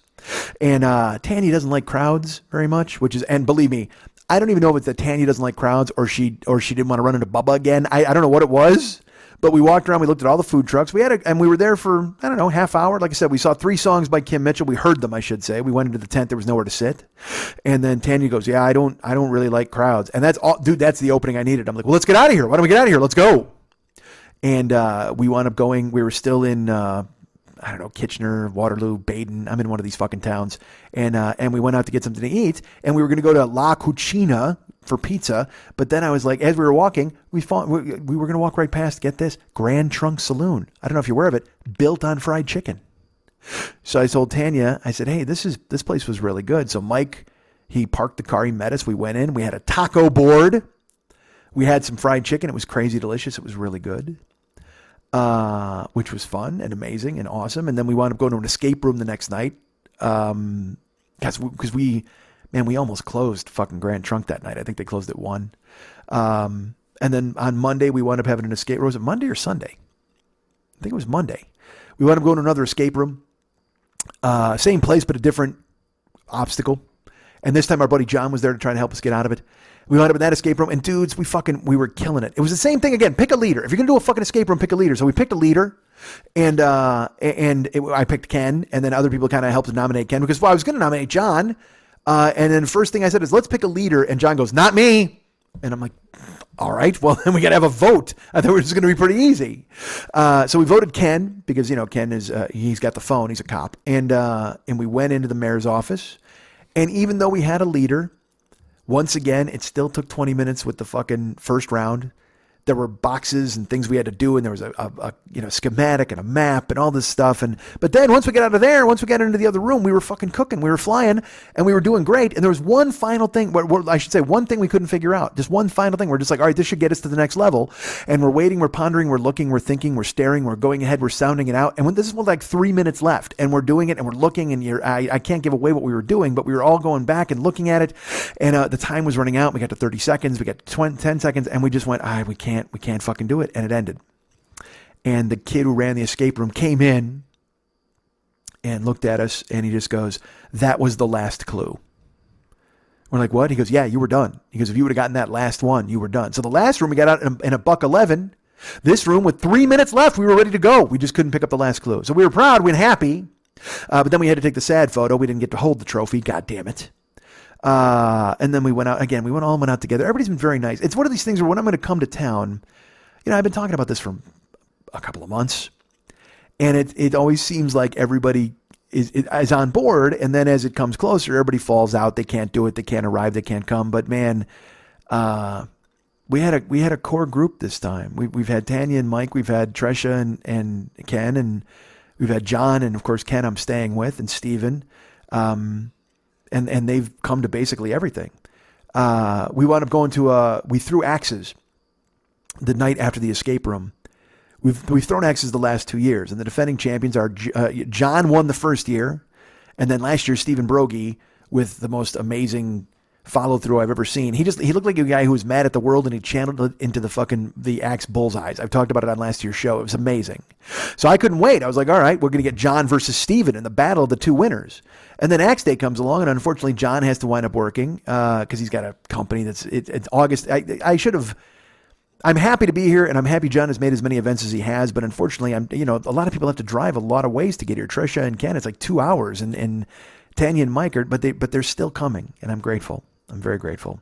So John had to work. It just didn't work out the timing. And then unfortunately, Steven wound up getting he was under the weather. He had a migraine and he couldn't come to the Axis. So I'm like, dudes, all right, we're going to crown a new champion. That's the only good news. So it was me, Secret Agent Ken with another N, and No Facebook Mike, who had reached out to me via Twitter and tried to be included in some of the events. And he said, I'm coming one of the days. So we came out to the Axis, and we practiced axes, and I couldn't get anything to stick. It's this thing where I do it once a year. So then you're like, I know how to do this. But then you realize if you haven't done it in a year, you need form, you need technique, and you need to fucking get it down, or else you're just not going to do it right. So I'm practicing. I can't get a fucking axe to stay on the board. Ken is also practicing. He's new. Ken, Secret Agent Ken, he's never done the goddamn thing. Mike, I believe, was there last year, and Ken's really good. Ken Fairhall, he actually throws during the year, not just that once a year.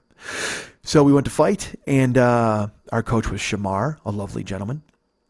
He put us on the line. It was me against Secret Agent Ken, and there was this thing where I was throwing the axe, and it wouldn't stick, and in my head I'm going, he wanted me to do it two-handed, but I wanted to do it one-handed. I felt better doing it that way. And then he's like, well, you need to have your non-dominant foot forward, and then step forward with your dominant leg while you're throwing, and that seemed backwards to me. Like, if I throw right-handed, I want my left foot forward so then I can step forward with my right foot. It had my body off. So I was like, well, all right, I'm going to do this my way when it comes time to throw it. And I moved back a little because he wanted me to cheat up on this line, whatever the fuck. You don't care. How boring is this about axe coaching? Jesus fucking Christ. The point is, I lined up, me and Secret Agent Ken. Now again, Secret Agent Ken, he's never done this before. So odds are good that I'm going to do better. I've done it 2 years in a row, although only one time a year. So I've only done it 2 more times than Secret Agent Ken. But odds are good that I should be okay. And sure enough, I line up and I go, you know what? I'm going to take a step back. It was one step back. That's all I did. I said one-handed, dominant foot, and then I'm going to step one step back. And I don't know what happened. I don't know how the spirit of Paul Bunyan arrived in Canada and leaped into my goddamn body. I have no clue. But ladies and gentlemen, I'm here to tell you that I fucking dominated at axe throwing. My first 2 throws were bullseyes. And then I got a 3 and another 3 and a 1.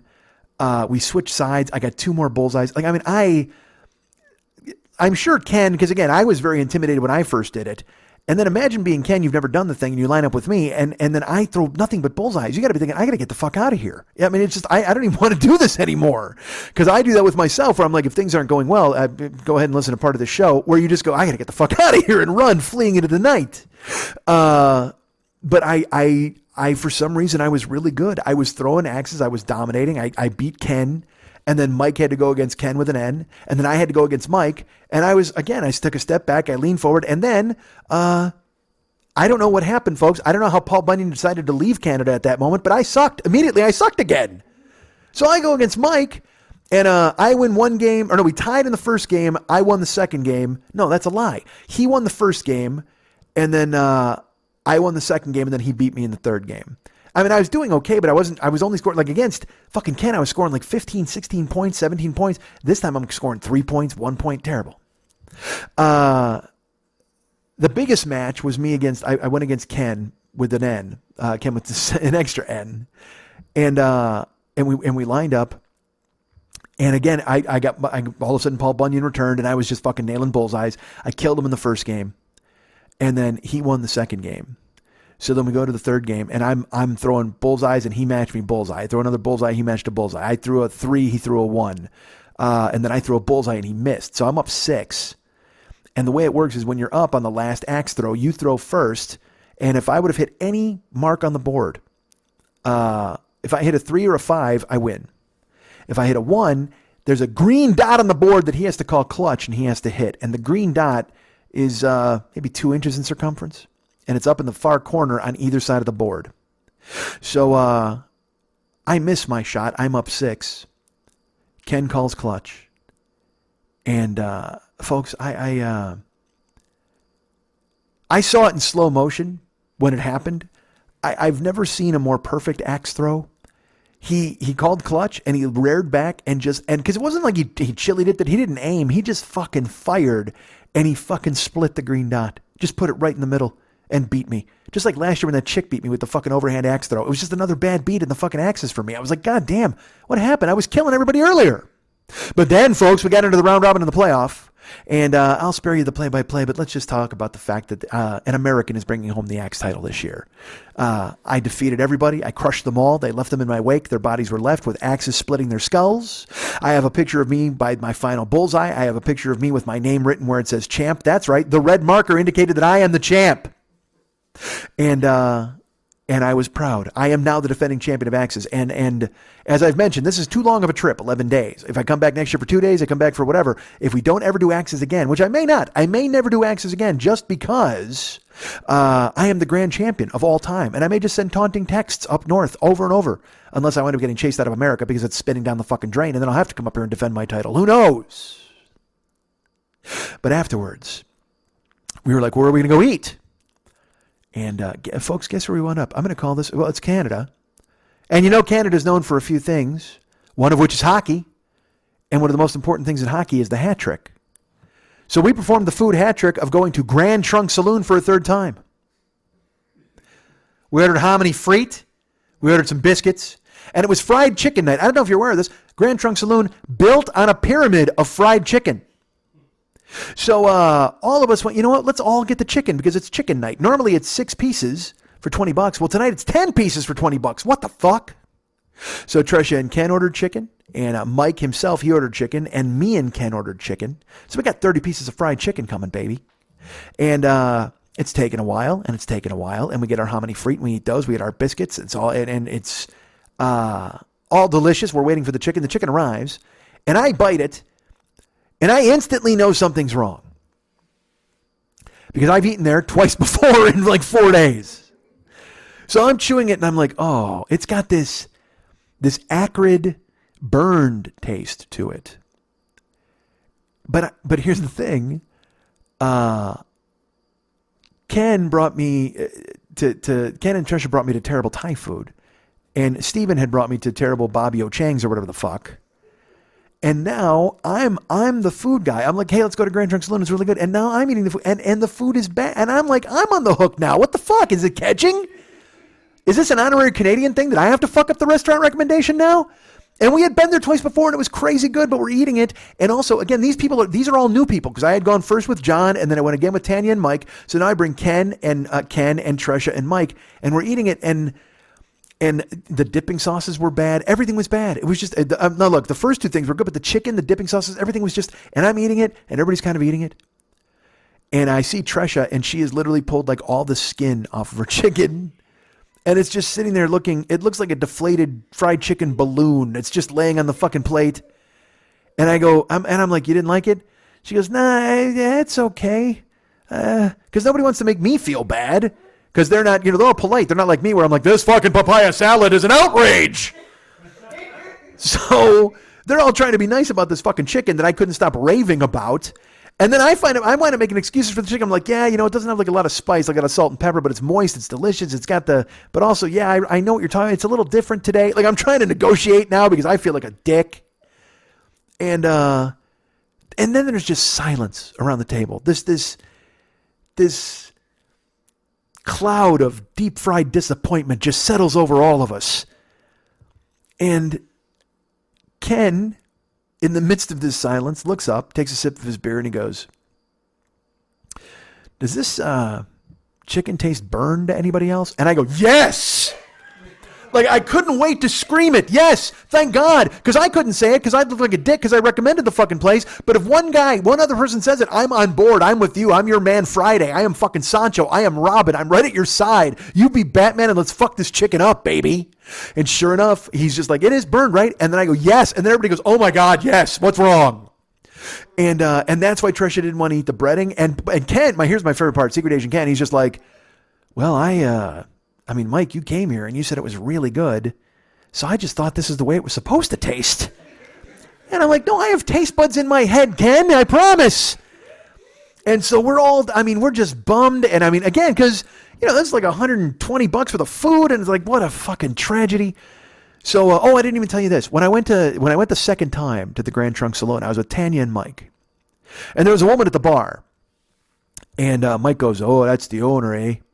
I said, really? He goes, yeah, she's the owner. I saw her. They did a story in the paper on this place, and she was. They interviewed her. I said, oh, well, that's cool. Like, this is a nice place, man. She should be proud. And I go, that's cool that she's here on a Saturday night, fucking checking out the business, whatever. So we finished eating, and our waitress had been really nice. So I felt like going, well, this is a good place. And also, if you're an out-of-town person, sometimes your compliment carries more weight. So I let Mike and Tanya slip out, and I walk up to that woman at the bar, and I go, hi. She goes, hey, how are you? I said, good. I hear you're the owner person. And she says, no. And I said, pardon me? She goes, no, I'm not the owner. I said, oh, are you a manager person? She goes, well, I'm a manager, yes. And now she's annoyed with me. I'm coming to give a compliment, and now I've annoyed this woman.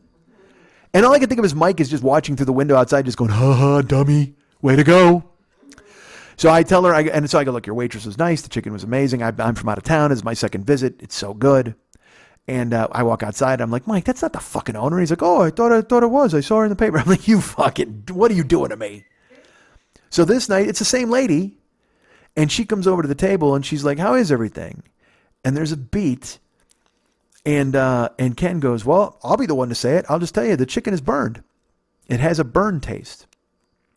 And she makes a face like she was expecting us to say this. And she looks and she goes, well, yeah, yours was the last batch that went out before we noticed it. And so they changed the oil in the fryer. And I was like, oh, okay. She goes, so if you want, not if you want. She said, I will take care of this. I will take the chicken off the bill. And I would like to make you more chicken so you're not left with a bad taste leaving. You'll take, because we're known for our chicken. And we're like, okay, yeah, if you want to do that, that'd be great. She goes, okay, I'll be right back. And she comps the whole meal. She comes back and she says that they're still having problems with the fryer, so they can't make us the fried chicken. So again, like I said, she comps the meal. She gives Ken a gift certificate for a generous amount. Says, please come back and visit our restaurant. And so she took care of it very well. She did it. She was on it. She offered to replace our food for free. She comped us for all the other food. And then everybody was very generous and they all tipped her. Well, they tipped the waitress because it's not the waitress's fault that everything got fried. But sure enough, she's like going out of her way, I think, to take care of it. However, at the same time, in my brain, I go, well, wait a minute. You just said Ours was the last batch that went out before you noticed that everything coming out of the fryer was fucking garbage, and yet you still let us eat that fucking chicken? Like, how do you not approach the table and go, hey, let me step in. How's this chicken? Because we're hearing that it might not be our best. Like, don't you do that? Don't you get ahead of it? Are you just hoping that we're just a bunch of fucking yokels who don't have good taste buds and don't know fucking burning taste on goddamn chicken? I've been here 3 times, goddammit. I'm a regular. So I was happy that she took care of it and happy that she gave Ken a gift certificate. But at the same time, in my brain, I was just kind of like, man, she could have taken care of this a lot sooner. It felt to me. Now, again, if she was the owner, perhaps she would have done something like that. And I'm sure Mike would have been very happy to tell me that she would do it if she was the owner. But we wound up leaving and nobody took their leftovers. It was just, and so I felt like it was a bust, but at least we didn't have to pay. It was just, and look, again, this is a 90-minute commercial for why you shouldn't invite me to your town to eat food, because it sounds like I'm just going to bitch about fucking everything, and I'm not, I promise. This is spoken like a man who's got a belly full of fucking delicious lasagna and enchiladas. I'm so, you know what? That's the key. If I come to your town, you cook for me. Maybe that's what it is. Maybe that's the only reason. That's the only way I get good food. So then yesterday I wound up going to the Jays game with Ken and his daughter. And that was crazy fun. We went in the daytime.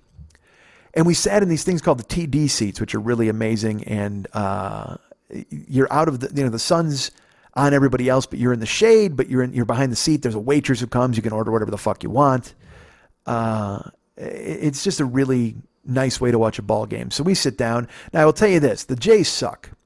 So they don't have a really huge crowd, but there are a bunch of people in those seats. So we did not win the lottery. We did not have an empty row, and we sat down, and I'm sitting next to Ken, and then another couple comes and sit next to us. And so now I'm crushing Ken, and I'm crushing this new guy, because Ken's a big dude too. He's a cop. He's a big barrel chested dude. And I'm sitting next to him, and I'm like, dude, I'm squishing you. I'm so sorry. He's like, no, we'll make the best of it. Whatever. The other dude sits next to me. Now this dude who sits next to me, he looks like a fucking soccer player from Italy. I mean, he's just sleek, and he's with his girlfriend. So Ken orders a beer, and the woman leans forward, and she's like, oh, hey, what's the alcohol level in that beer? And Ken says, oh, I don't know. I can't see. And we're all trying to read the label. I go, it's 2.4. She goes, oh, all right. I think I can have that. And her husband goes, you sure? She goes, yeah, I think that's good. And she looks at us and she goes, I'm pregnant. So I just want to make sure that I can have a beer. And I've never been pregnant. I've never knocked anybody up. But I do recall 2 things. You don't shake them and you don't pour beer on them when they're in your fucking stomach, right? Isn't that the rules? If you don't smoke, you don't fucking drink. It's like you're an Adam Ant song. If you get pregnant, don't drink, don't smoke, what do? Well, you know what you do? You don't have a fucking beer at the ballpark. But she ordered one, and she drank a beer, and I sat there and I Googled it. I'm like, acceptable amounts of alcohol for pregnant women, but I didn't want her to look over my shoulder and see that I was Googling it and judging her.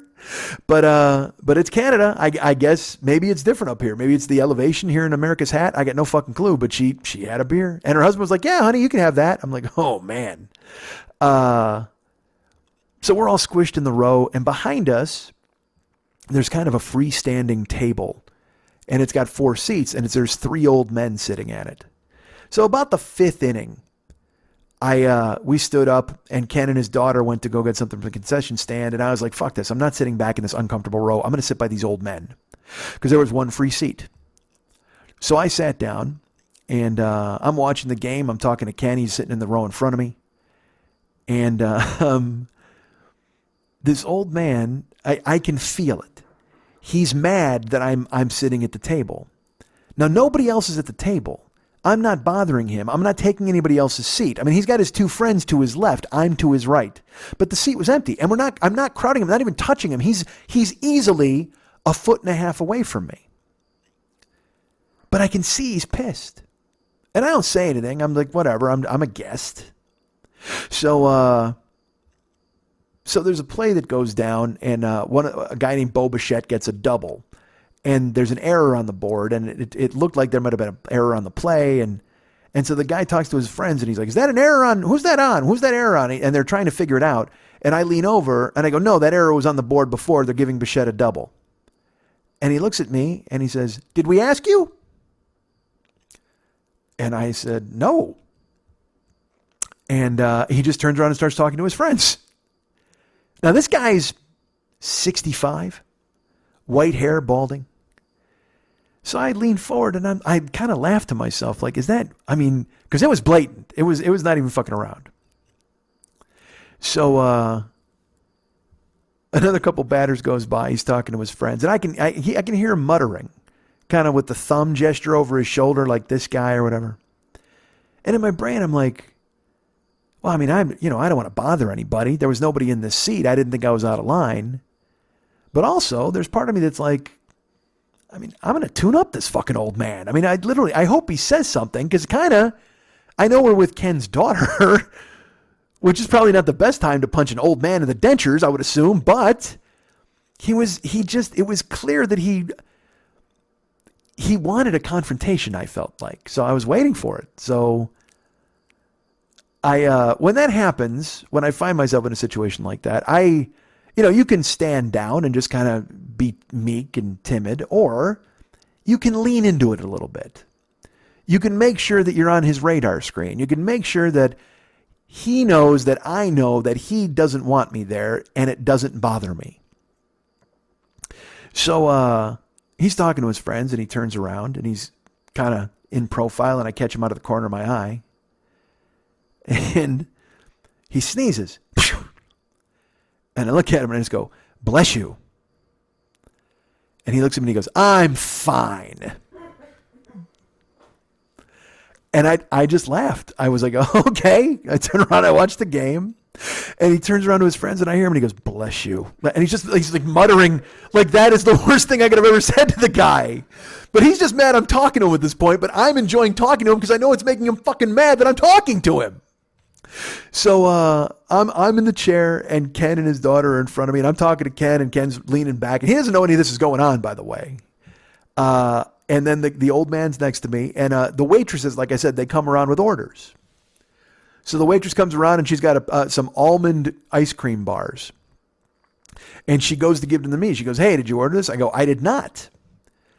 And she goes, they said it was this table. And I go, I'm assuming it's these guys over here. And I go, hey, pal. And he looks at me and I go, is this your ice cream? And he's like, yes, it's my ice cream. Come over here. And he wouldn't let me hand it to them. He instead makes her walk around me and give it to him. And he shakes his head at me with like a scornful look. And then another fucking inning goes by and the waitress comes by with a beer. And she goes, is this your beer? And I go, it is not my beer. I'm assuming it's his beer. And he turns to look at me and I go, is that your beer? And he goes, oh yeah, that's my beer. That beer's for paying customers. Paying customers get beer. And now I've had it. And I just go, hey, I am a paying customer. My fucking seat is right there. And he goes, oh no, enjoy. You're fine here. And I go, no, I'm not. You don't want me here, do you?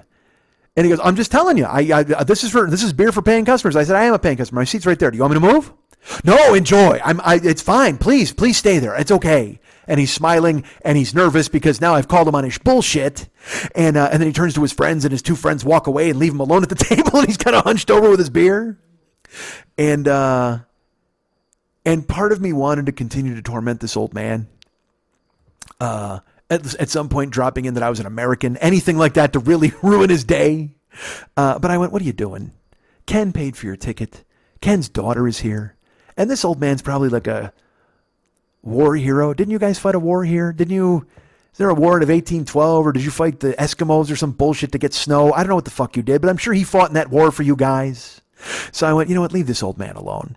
And I got up and I went and sat down by Ken and Ken's like, what's going on? And I go, oh, that old man did not enjoy me. And he's like, oh, really? And I told him, all I told him about was the sneeze. And he just started, we could not stop laughing. We laughed for like 2 minutes. He's like, I'm fine. Who says that after a sneeze? I'm like, I don't know. But it was great. I love going to the Jays games. Everything was great this week. I come home, I meet John. We go to a restaurant that we went to last year. We had some Indonesian food. It's just fun and different. And everybody is kind and generous, and it makes me very happy to come here. Look, next year, will I come here for 11 days? Probably not, just because people have lives and they want to go ahead and do their thing and they don't need me bothering them, and I get that, and that's fine. But tonight we had a potluck. Steven went to a bakery and got fucking fancy pastries, and he put a little Hershey thing on there, and like I said, we've got lasagna, and it's not even about that. It's about sitting, we sat in the backyard. Like I honestly, I should have done this fucking show first. I should have done this before because I wanted to just visit my friends tonight. I wanted... My friends are very nice, and they're nice to take care of me while I'm here. And what I had to give back was doing a show for them. I don't feel I did the best show for them. I don't think I've paid them back for their kindness nearly as much as I should have. But that's how my brain works. I'm always going to go ahead and hold myself to some sort of different standard or a higher standard and hope that they understand. And they're all sitting here now looking at me as I say this, and I'm sure it's bananas and strange. You know, I enjoyed every single moment I was in town. It was cool to hang out. Tanya's just the cutest. Her husband, Mike, is so great to participate. Because, I mean, he didn't know my show. And then he's telling me stories where they both have stories. Tanya was at the gym and her fucking iPod, the earbuds fell out of it. And so my voice is like, fuck. And everybody in the gym's like, what's going on? And Mike has the same story twice. He's at a car at a stoplight, and there's like these 3 mean girls on the corner, and I come blaring out of the speakers talking about a donkey cock or something, and he's like, oh, he's got to turn the radio down. And then he was at work, and he works for an electronics company. I don't want to say who, but he had a work-issued piece of equipment, and out of nowhere, my voice comes bursting out of it saying fuck a million times, and his coworkers are like, what? And he's like, it's a demo model! Because he has to explain why I'm screeching at people. And they cover for me. They still support, and I'm grateful and happy. And I'll be back. I'll come back to Canada, and I've talked about in the times before I came here. I was like, maybe I'll move there. Maybe I'll do this. And I actually had the discussion with them this week. I was like, I would live in Toronto. The only thing keeping me from it is the hope that I get a phone call to write on a show or be close to stuff in Hollywood, and also the weather. I mean, the weather's just a fucking killer. Being here for winter would just be... I can handle it for a week. I don't know if I could live in snow and climate again. But I should have done this show earlier in the evening, and then we could have all hung out. Because this is work. This is my work, which sounds so stupid to people who have real jobs and go ahead and do cool things. But when I'm here, just, I'm going to baseball games and escape rooms and throwing axes and stuff, and that's all I want to do. Let's go have fun. Let's go run into the cornfield and do some dumb shit. That'll be fucking great. And then my friends, this is the payoff for them. And I not enough of one as far as I'm concerned, but I'm grateful and happy that they consider this something they would want to participate in, and they want me to come up here. And, as I've told you guys before, we've crossed the line, certainly. There's fans in the beginning, and then listeners, and then friends, and I think we're all of those things together, and it makes me very happy. So I'm grateful to Canada. I'll definitely be back, and Ken with an N, and Tresha and Steven and John and Tanya and Mike and Kendra and Sarah and No Facebook Mike and everybody who came out to have fun and enjoy, and thank you for having me here. And I love you guys, and I can't wait to come back. You guys can get me at mike@MikeSchmidtComedy.com. You guys can be my friend at Facebook.com/the40yearoldboy. You can follow me at Twitter.com/the40yearoldboy. You can find me at Instagram and Snapchat. That's right, Mike40YOB. That's me, Mike. 40YOB at Instagram and Snapchat. Also on the PS4 network, I'm Mike40YOB. I'm also Mike40YOB on Venmo. I don't know if that does anything for you. How weird would that be? Hey, everybody. That's where I'm headed, the money place. So find me at any and all of those places. Subscribe and find me, please. I'd appreciate that very much. Be my friend, be my pal. Send me a chat, and I will send one back. That's what I like to do. Ryan Dirks does all of the web stuff for this show. You can find him at Facebook.com/Ryan Dirks. Go ahead and tell him he does a fantastic job at the website and everything else that he needs to do. And our great friend David Mex Hernandez, who I'm on a plane to see tomorrow. I'll be in Chicago starting tomorrow, or today. I guess you're getting this Friday morning. By the time you get this, I'll be in the air. I'm leaving on a jet plane. I don't know when I'll be back again, probably next year. But our friend David Mex Hernandez does all of the music and all of the artwork for this show.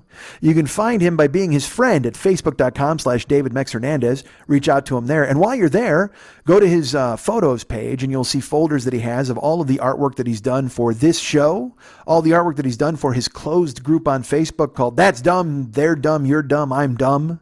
And if you want to join that group, why wouldn't you? I think you should. Go ahead and reach out to him via Facebook.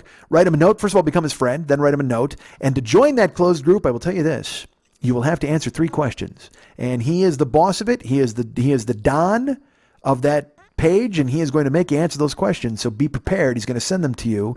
And don't get cute and send jokes, because then you won't get in the group. Why not? Be part of the group. Go ahead, answer the questions, get in there, and then tell your jokes and have fun. But he's at facebook.com/David Mex Hernandez. You can find him there. Like I said, he's done, and he's willing to be hired to do, he can do Facebook caricatures. He can do paintings. He can work in oils. He can work in watercolors, anything you would need him to do. Like I said, on Facebook, you can see all of his stuff compiled there in the photo section. Go ahead and check it out in folders.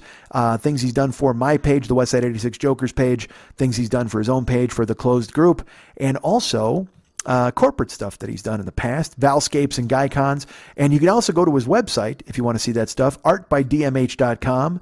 That's where you'll see more of his corporate stuff if you're interested in something maybe more professional, or something not as, I guess, he's making characters and things like that via Facebook. But if you had something specifically that you wanted to look at his past work and see the work that he had done in his professional past, you want to go to the website. So remember, become his friend at facebook.com/David Mex Hernandez. Check out all of his artwork there, or visit his website, and visit his website at artbydmh.com. That is artbydmh.com.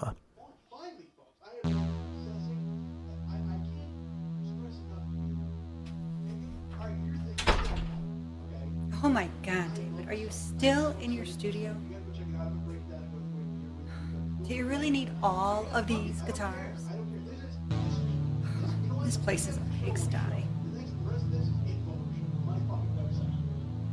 I need a drink of water.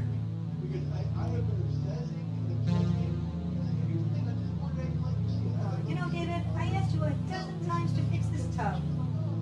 The kids need to take a bath.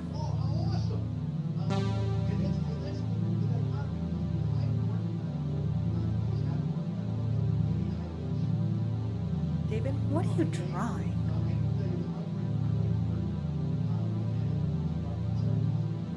Hello? Are you waiting for Mike to call? Week after week, I turn the other cheek, like the ass of a dancing man. Late Wednesday night, I pretend it's alright. Create illustration with no information, and painting's not very much fun anymore. And I can feel one of Mike's calls coming through.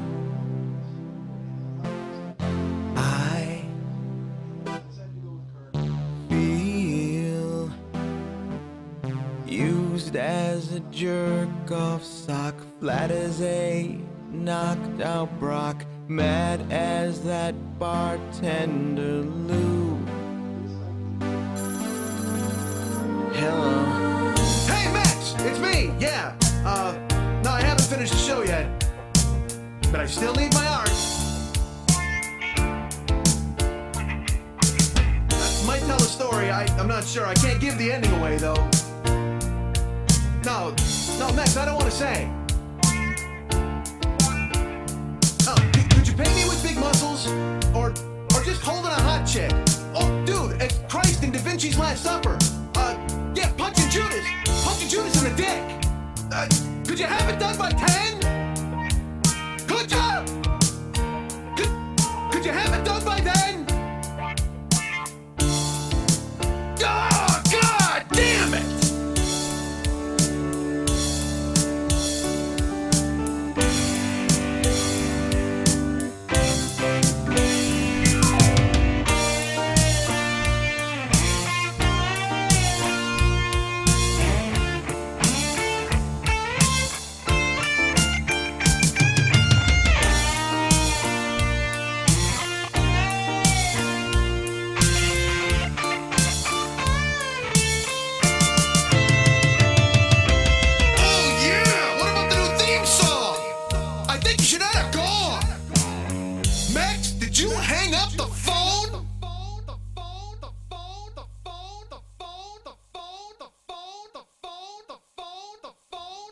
I have cleared the room. Closing time.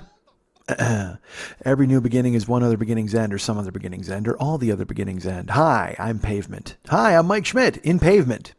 They've hired me. I'm alone. Now people went home and made their way to their Canadian domiciles. Except for Ken with an extra N. He's upstairs sleeping, as well as Tresha and Ken with one N. He is upstairs. What was that shrieking noise that just came out of my throat there? My throat's all funky. I don't know why. Because I was up by the fire. Maybe I inhaled some soot. I got soot throat. But Ken has gone up to bed with Tresha, and because they are very nice and they are driving me to the airport in the morning in a scant 4 hours, I think, something like that. So I should probably wrap this up and get moving. Moving high. So I finished, and then we cleaned up the house here, and everybody hugged me, and they left, and we went out and sat by the fire for a while, and now I'm here telling you about our sponsor. That's right, the lovely and talented Fearful Jesuit, who runs the Paranoid Strain podcast, which you know is available in the iTunes store. His newest episode, it might even be out now that I think about it. Well, look, if you're subscribed, I'm just going to tell you this. Go to the iTunes store and subscribe to the Paranoid Strain podcast and listen to it, love it, download it. You'll go ahead, or actually download it, listen to it, love it, I guess if you want to go in order. And then leave a note in the iTunes store telling him how much you love the show and you learned of it through us, and it lets Fearful Jesuit know that he's reaching the masses through us via the 40-year-old boy. You can also write him an email, theparanoidstrain@gmail.com. That's the address, theparanoidstrain@gmail.com. Go ahead and contact our good friend, Fearful Jesuit. His new episode is about the moon landing. Like I said, it might be out now. If it's not, I'm giving away a secret, which I probably shouldn't have done. But I think it's out now, perhaps. And you want to look. You want to get a hold of this, folks, because normally he's debunking conspiracy theories all over the place. Like in his last episode, it was all about the JFK assassination. Get this. Not only does he now do a 180, not only does he now think that Oswald did not act alone, but he believes, now and again, brace yourselves, he believes the second shot didn't come from the grassy knoll. It came from the moon. Yeah, that's right. And he thinks the moon landing was us sending up a covert operation CIA style to flush out the people who assisted Lee Harvey Oswald in assassinating an American president. Now, and look, I got to tell you, you thought Oswald was a good shot from the book depository with that manual fucking rifle. You got a guy fucking planting a shot from the moon right in Kennedy's brain pan? Jesus Christ, is that awesome. Good move. And so Fearful Jesuit is here to tell you all about it. He's going to tell you that John F. Kennedy was blasted from the moon as well as from Lee Harvey Oswald. He's also going to tell you that, get this, we sent up a rocket to the moon and we never came back. The Neil Armstrong, the John Glenn that you know and love, those are clones, man. Because right now, Neil Armstrong, John Glenn, well, I don't know if they're still alive. You got to listen to the show to find out. But they've been colonizing the moon since they split. And you know who they brought with them? Jimmy Hoffa. Because you've got to unionize the workers on the moon. Let's listen to the show. I don't want to give too much away. But I can tell you that our good friend Fearful Jesuit has gotten to the bottom. He's torn the lid off of the moon landing controversy and tied it in with all of the other conspiracies that you didn't think it had anything to do with, but now you'll find out it has everything to do with them. Download the show, The Paranoid Strain, in the in the iTunes store, and contact Fearful Jesuit. Like I said, leave him a note there in the iTunes store, or a review letting him know what's up, or reach out and send him an email. theparanoidstrain@gmail.com. We are happy for his sponsorship, and we are happy to turn you guys onto a show that, from the feedback I'm getting, you love, and that makes me very happy. So thank you. Go ahead and find the Fearful Jesuit Show, The Paranoid Strain, in the iTunes store right now. Who wants to drive for Cameo? Nobody wants to drive for Cameo. I should probably change this list in my brain, because Cameo is always first. All right, look. You want to do a Cameo? Hire me. It's at Book Cameo. It's an app that you can get on your phone. I think it's bookcameo.com. But if you get it on your phone, ladies and gentlemen, you can go ahead and reach out to me and hire me to do something in some small way. And it's, what is it, $20? $20 to you. $20 to you, $15 to me, $5 to the house. And then you got me telling your son about your trip to Alaska, or you got me telling you about your Renaissance Fair love. You got me making fun of you all over the goddamn place.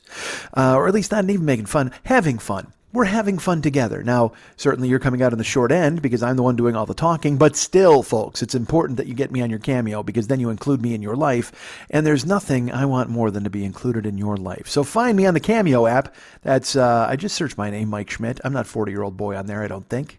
But if you search 40-year-old boy, perhaps it'll come up because it's a search term in my bio, I think.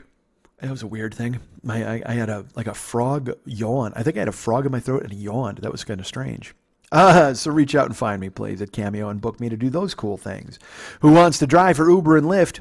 Is it you? Is it you? Use my code for Uber and Lyft if you're a driver, you want to start driving, or if you're a first-time rider. Now get this. Well, let me tell you the codes first. Uber, the code is all lowercase letters. DJZW1 YTTUE.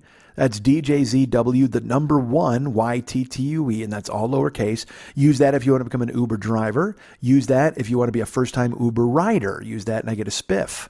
And now Lyft, the code is Mike720057, and that's all caps, MIKE 720057. And I will tell you this about Lyft. Use that if you want to be a Lyft driver, but it's also if you want to be a Lyft rider, a first-time Lyft rider. Now, a lovely fan of the show went out and used my code and wrote me and said, hey, I'm using your code for Lyft. And then I get an email from Lyft. Remember I told you I was getting $5 for these? Like I was getting a spiff for everybody who used one. I was going to get $5. Yeah. Things have changed in the world of the gig economy, Uber and Lyft. I don't know about Uber yet because nobody uses my code for a ride. But someone used my code to ride with Lyft, and Lyft said, congratulations, a rider used your code. You get a free Lyft ride. I'm a driver for you. I don't know when I'm ever going to need a free Lyft ride, except for to and from the airport, but I guarantee this. I didn't read the fine print, but there's no way it's going to cover my ride to and from the airport. I get the feeling it's a $5 Uber ride for free, which is just fucking stupid. But we'll see. Who knows? But it doesn't mean I don't want you to use the code. Mike720057 for Lyft. DJZW1YTTUE for Uber. Use it as a rider. Use it as a driver. Use it as a lover. Use it as a fighter. Use it as a smoker. As a joker, use it as a midnight toker, use it any way you'd like, but use a code, please, because I get a spiff. And it is just a spiff now. It's not money anymore for Lyft. Hey, you get a free Lyft ride. Wow, thanks. Hey, you know what would be really cool? Can I get a free Lyft sticker for my car? That would be awesome, too. Blah. So yeah, go ahead and do those things and try to get me money or rides, which is both are very fucking important. We got a YouTube channel. Did you know that? We have go to youtube.com/the40year-old-boy. You can go ahead and check out the YouTube channel, which is there lurking, and it's exciting. Everybody loves it. And then we also have the Twitch channel, twitch.tv/the40year-old-boy. I have not been on Twitch during this absence, during this where I've been in Canada. I was on once from the Judas Priest show, and people were very nice and tuned in, and they got to see the very beginning of the show, and then I had to ditch the phone. But I will Twitch from Chicago. Now, will I play a game from Chicago? Perhaps not. Perhaps it'll just be me talking. Perhaps it'll be me and Mex talking to you guys. I don't know, but I'm going to definitely do a Twitch stream from Chicago.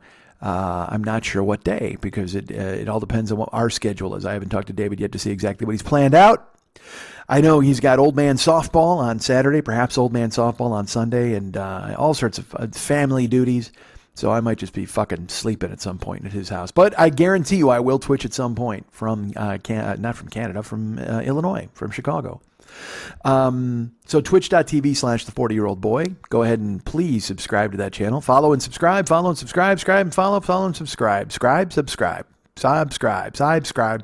follow. Dumb. All right.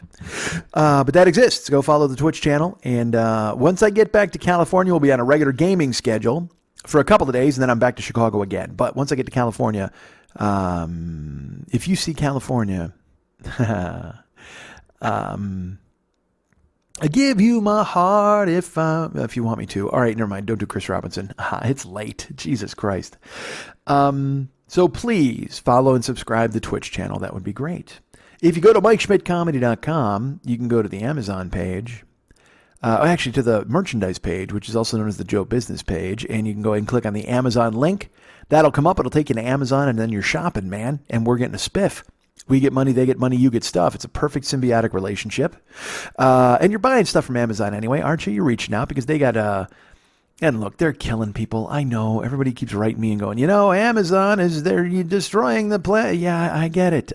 But I got a fucking electric bill. So do me a favor. If you don't want to use Amazon, don't. That's totally fine. But if you're going to use Amazon, then use my link, because then it helps us all out. And by all of us, I mean me. It might even help you, I guess, because you're happy helping the show. It doesn't help the guy that Amazon killed, certainly. But at the same time, just use it. Use the fucking link. There is no such thing as guilt-free capitalism. Or so I was talking to somebody and he was saying the same thing, like that thing where you talk about, man, it's poor people are getting fucking railroaded, and it seems like the rich are getting these tax cuts, and then it seems like the world is changing. And then your friend is like, well, don't you have an iPhone 10 in your pocket? Well, I mean, how do you feel about the people in China being oh my Christ, I don't know. This fucking Pandora's box with just ghosts flying around. I can't answer the question. I'm sure I've murdered Chinese children by having my phone. I wish I hadn't. Same thing with Amazon. I'm sure by by buying my shampoo and conditioner in a bulk size from Amazon, I have caused a Portland factory worker to die. And it's as if the entire world is that fucking movie with the box, where if you opened the box and pressed a button, you would get $1 million, but guaranteed someone somewhere in the world, and it was anonymous, would die. And that's what the whole fucking world has become. Hey, if you can buy from Amazon, but you'll kill somebody. Hey, yeah, you can go ahead and buy that iPhone, although you're going to probably kill the next Einstein in China. I guess. I don't know, man. The world's a complicated fucking place. But the bottom line is there's an Amazon link on my Joe Business page, the merchandise page. Go ahead and use that. Click on it, please. And we get money, they get money, you get stuff. If you're using Amazon, that's if you're using Amazon. If you're not, because you're home knitting yourself some socks and eating granola and refusing to watch television and going completely off the fucking grid, then good for you. And I respect that decision. You don't have to use the link. But if you're going to go to Amazon and shop with them, then please consider it. That would be nice, because we get money, and then they get money, and then you get stuff. As I've mentioned before, I love this idea. I love this relationship. I have a Patreon as well. Patreon.com/the40year-old boy, or at least put in my name, Mike Schmidt. You'll find me right away. There's my goofy head just looming with some copy that I wrote that I'm proud of, and some tiers and levels that I need to work on and make better. I will be putting out shortly. I'll be connecting with all of the Patreon people and getting opinions, doing kind of a survey to find out what you like, what you don't, what you want, what you need, what you want. So what you want. But in the meantime, if you could subscribe to Patreon, that would be great. Patreon.com/the40year-old boy. Or just put in my name, Mike Schmidt, and find me on there, because I'm on there and I've seen it. I've seen my big melon fucking head. I'm there lurking, and you can go ahead and be a patron of this show. Like our good friend and Canadian audience member tonight, Tanya Shubali, who just bumped up her Patreon to a certain level, and it made me very happy, and she's very nice to think of me. And thank you, Tanya. I love you. I love all you guys. I love everybody here in Canada and everybody out there listening right now. So please become a Patreon. Become a patron. Don't become a Patreon. You can't do that. You can't become a website. But you can become a patron of said website in my name, and then that helps me out. It keeps this show afloat. It keeps me, the Twitch channel afloat. It keeps the idea of me possibly coming out and doing more live stuff afloat. Like, again, this trip was fantastic. It was a fun vacation. I enjoyed visiting people, but I should have done a show. I should have absolutely paid it off by renting a theater and doing a show. And next time I will. Next time I come to Canada, we'll have a prepared show. And also, there's been talk, like I said, of doing a show in November in Ohio. It was October. It got bumped. There's always other cities that I like to do. I mean, I'd like to. You've heard this quite a bit from me, and you're going to hear it again, and you're going to sit down. You're going to fucking like it. It's just time, man. I mean, I got to get out and do stand-up. Let me plug this. I'll tell you this. August 24th, which is next Saturday, not this coming Saturday, but next Saturday, Christine Blackburn reached out and was nice enough to ask me to do her Story Smash show at the Improv Lab here in Los Angeles, or in Los Angeles when I get back. It's an early show, 7 o'clock. I would love to have you there. If you're in California, I don't do these very often. I certainly don't go out. And look, it's a game show, for lack of a better word. It's a game show. And in the beginning, we all tell a story that's 1 minute long. And then I think we all tell a story that's 3 minutes long, and then someone gets eliminated. And then people tell a story that's 5 minutes long, and then there's eliminations and somebody wins. I don't know the full format. All I know is there's a wheel where you can spin it, and you got to have stories to tell for any topic that comes up on the wheel.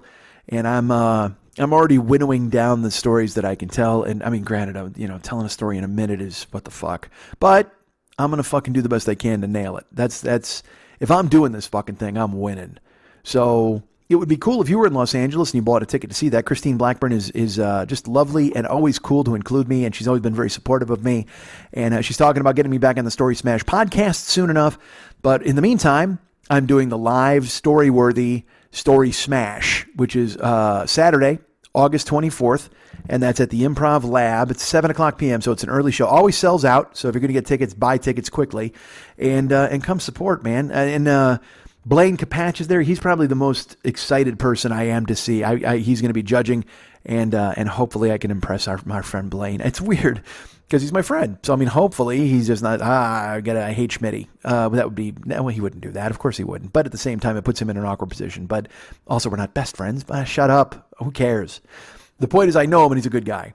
So hopefully I can do well in front of him. I don't want to put any undue pressure on people. And I want to just fucking do well to do well.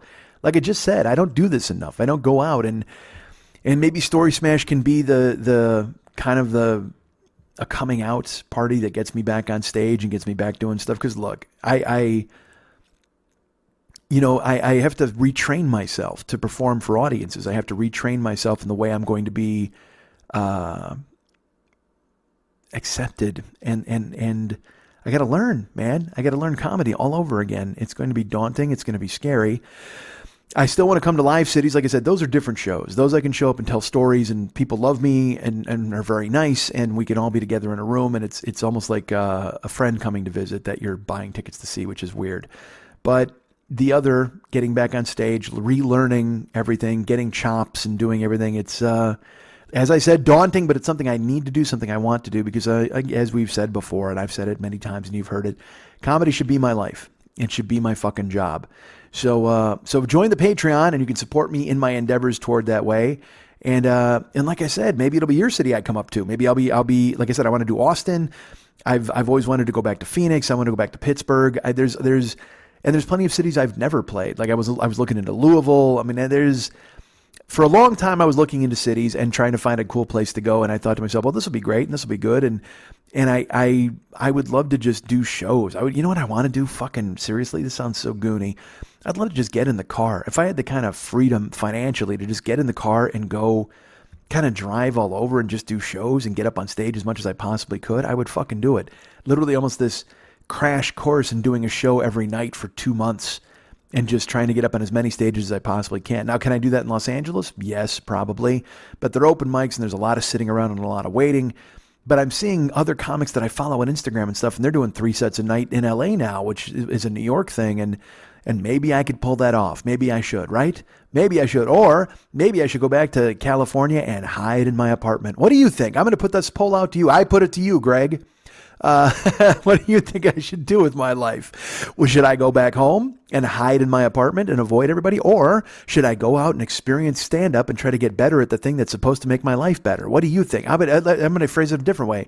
What if I took that first step toward undertaking comedy as a job, taking it seriously and treating it like something I want to do the rest of my life? Or would you recommend I hide in a dark apartment and watch Dragnet? What do you think I should do? Oh, so I'll tell you what.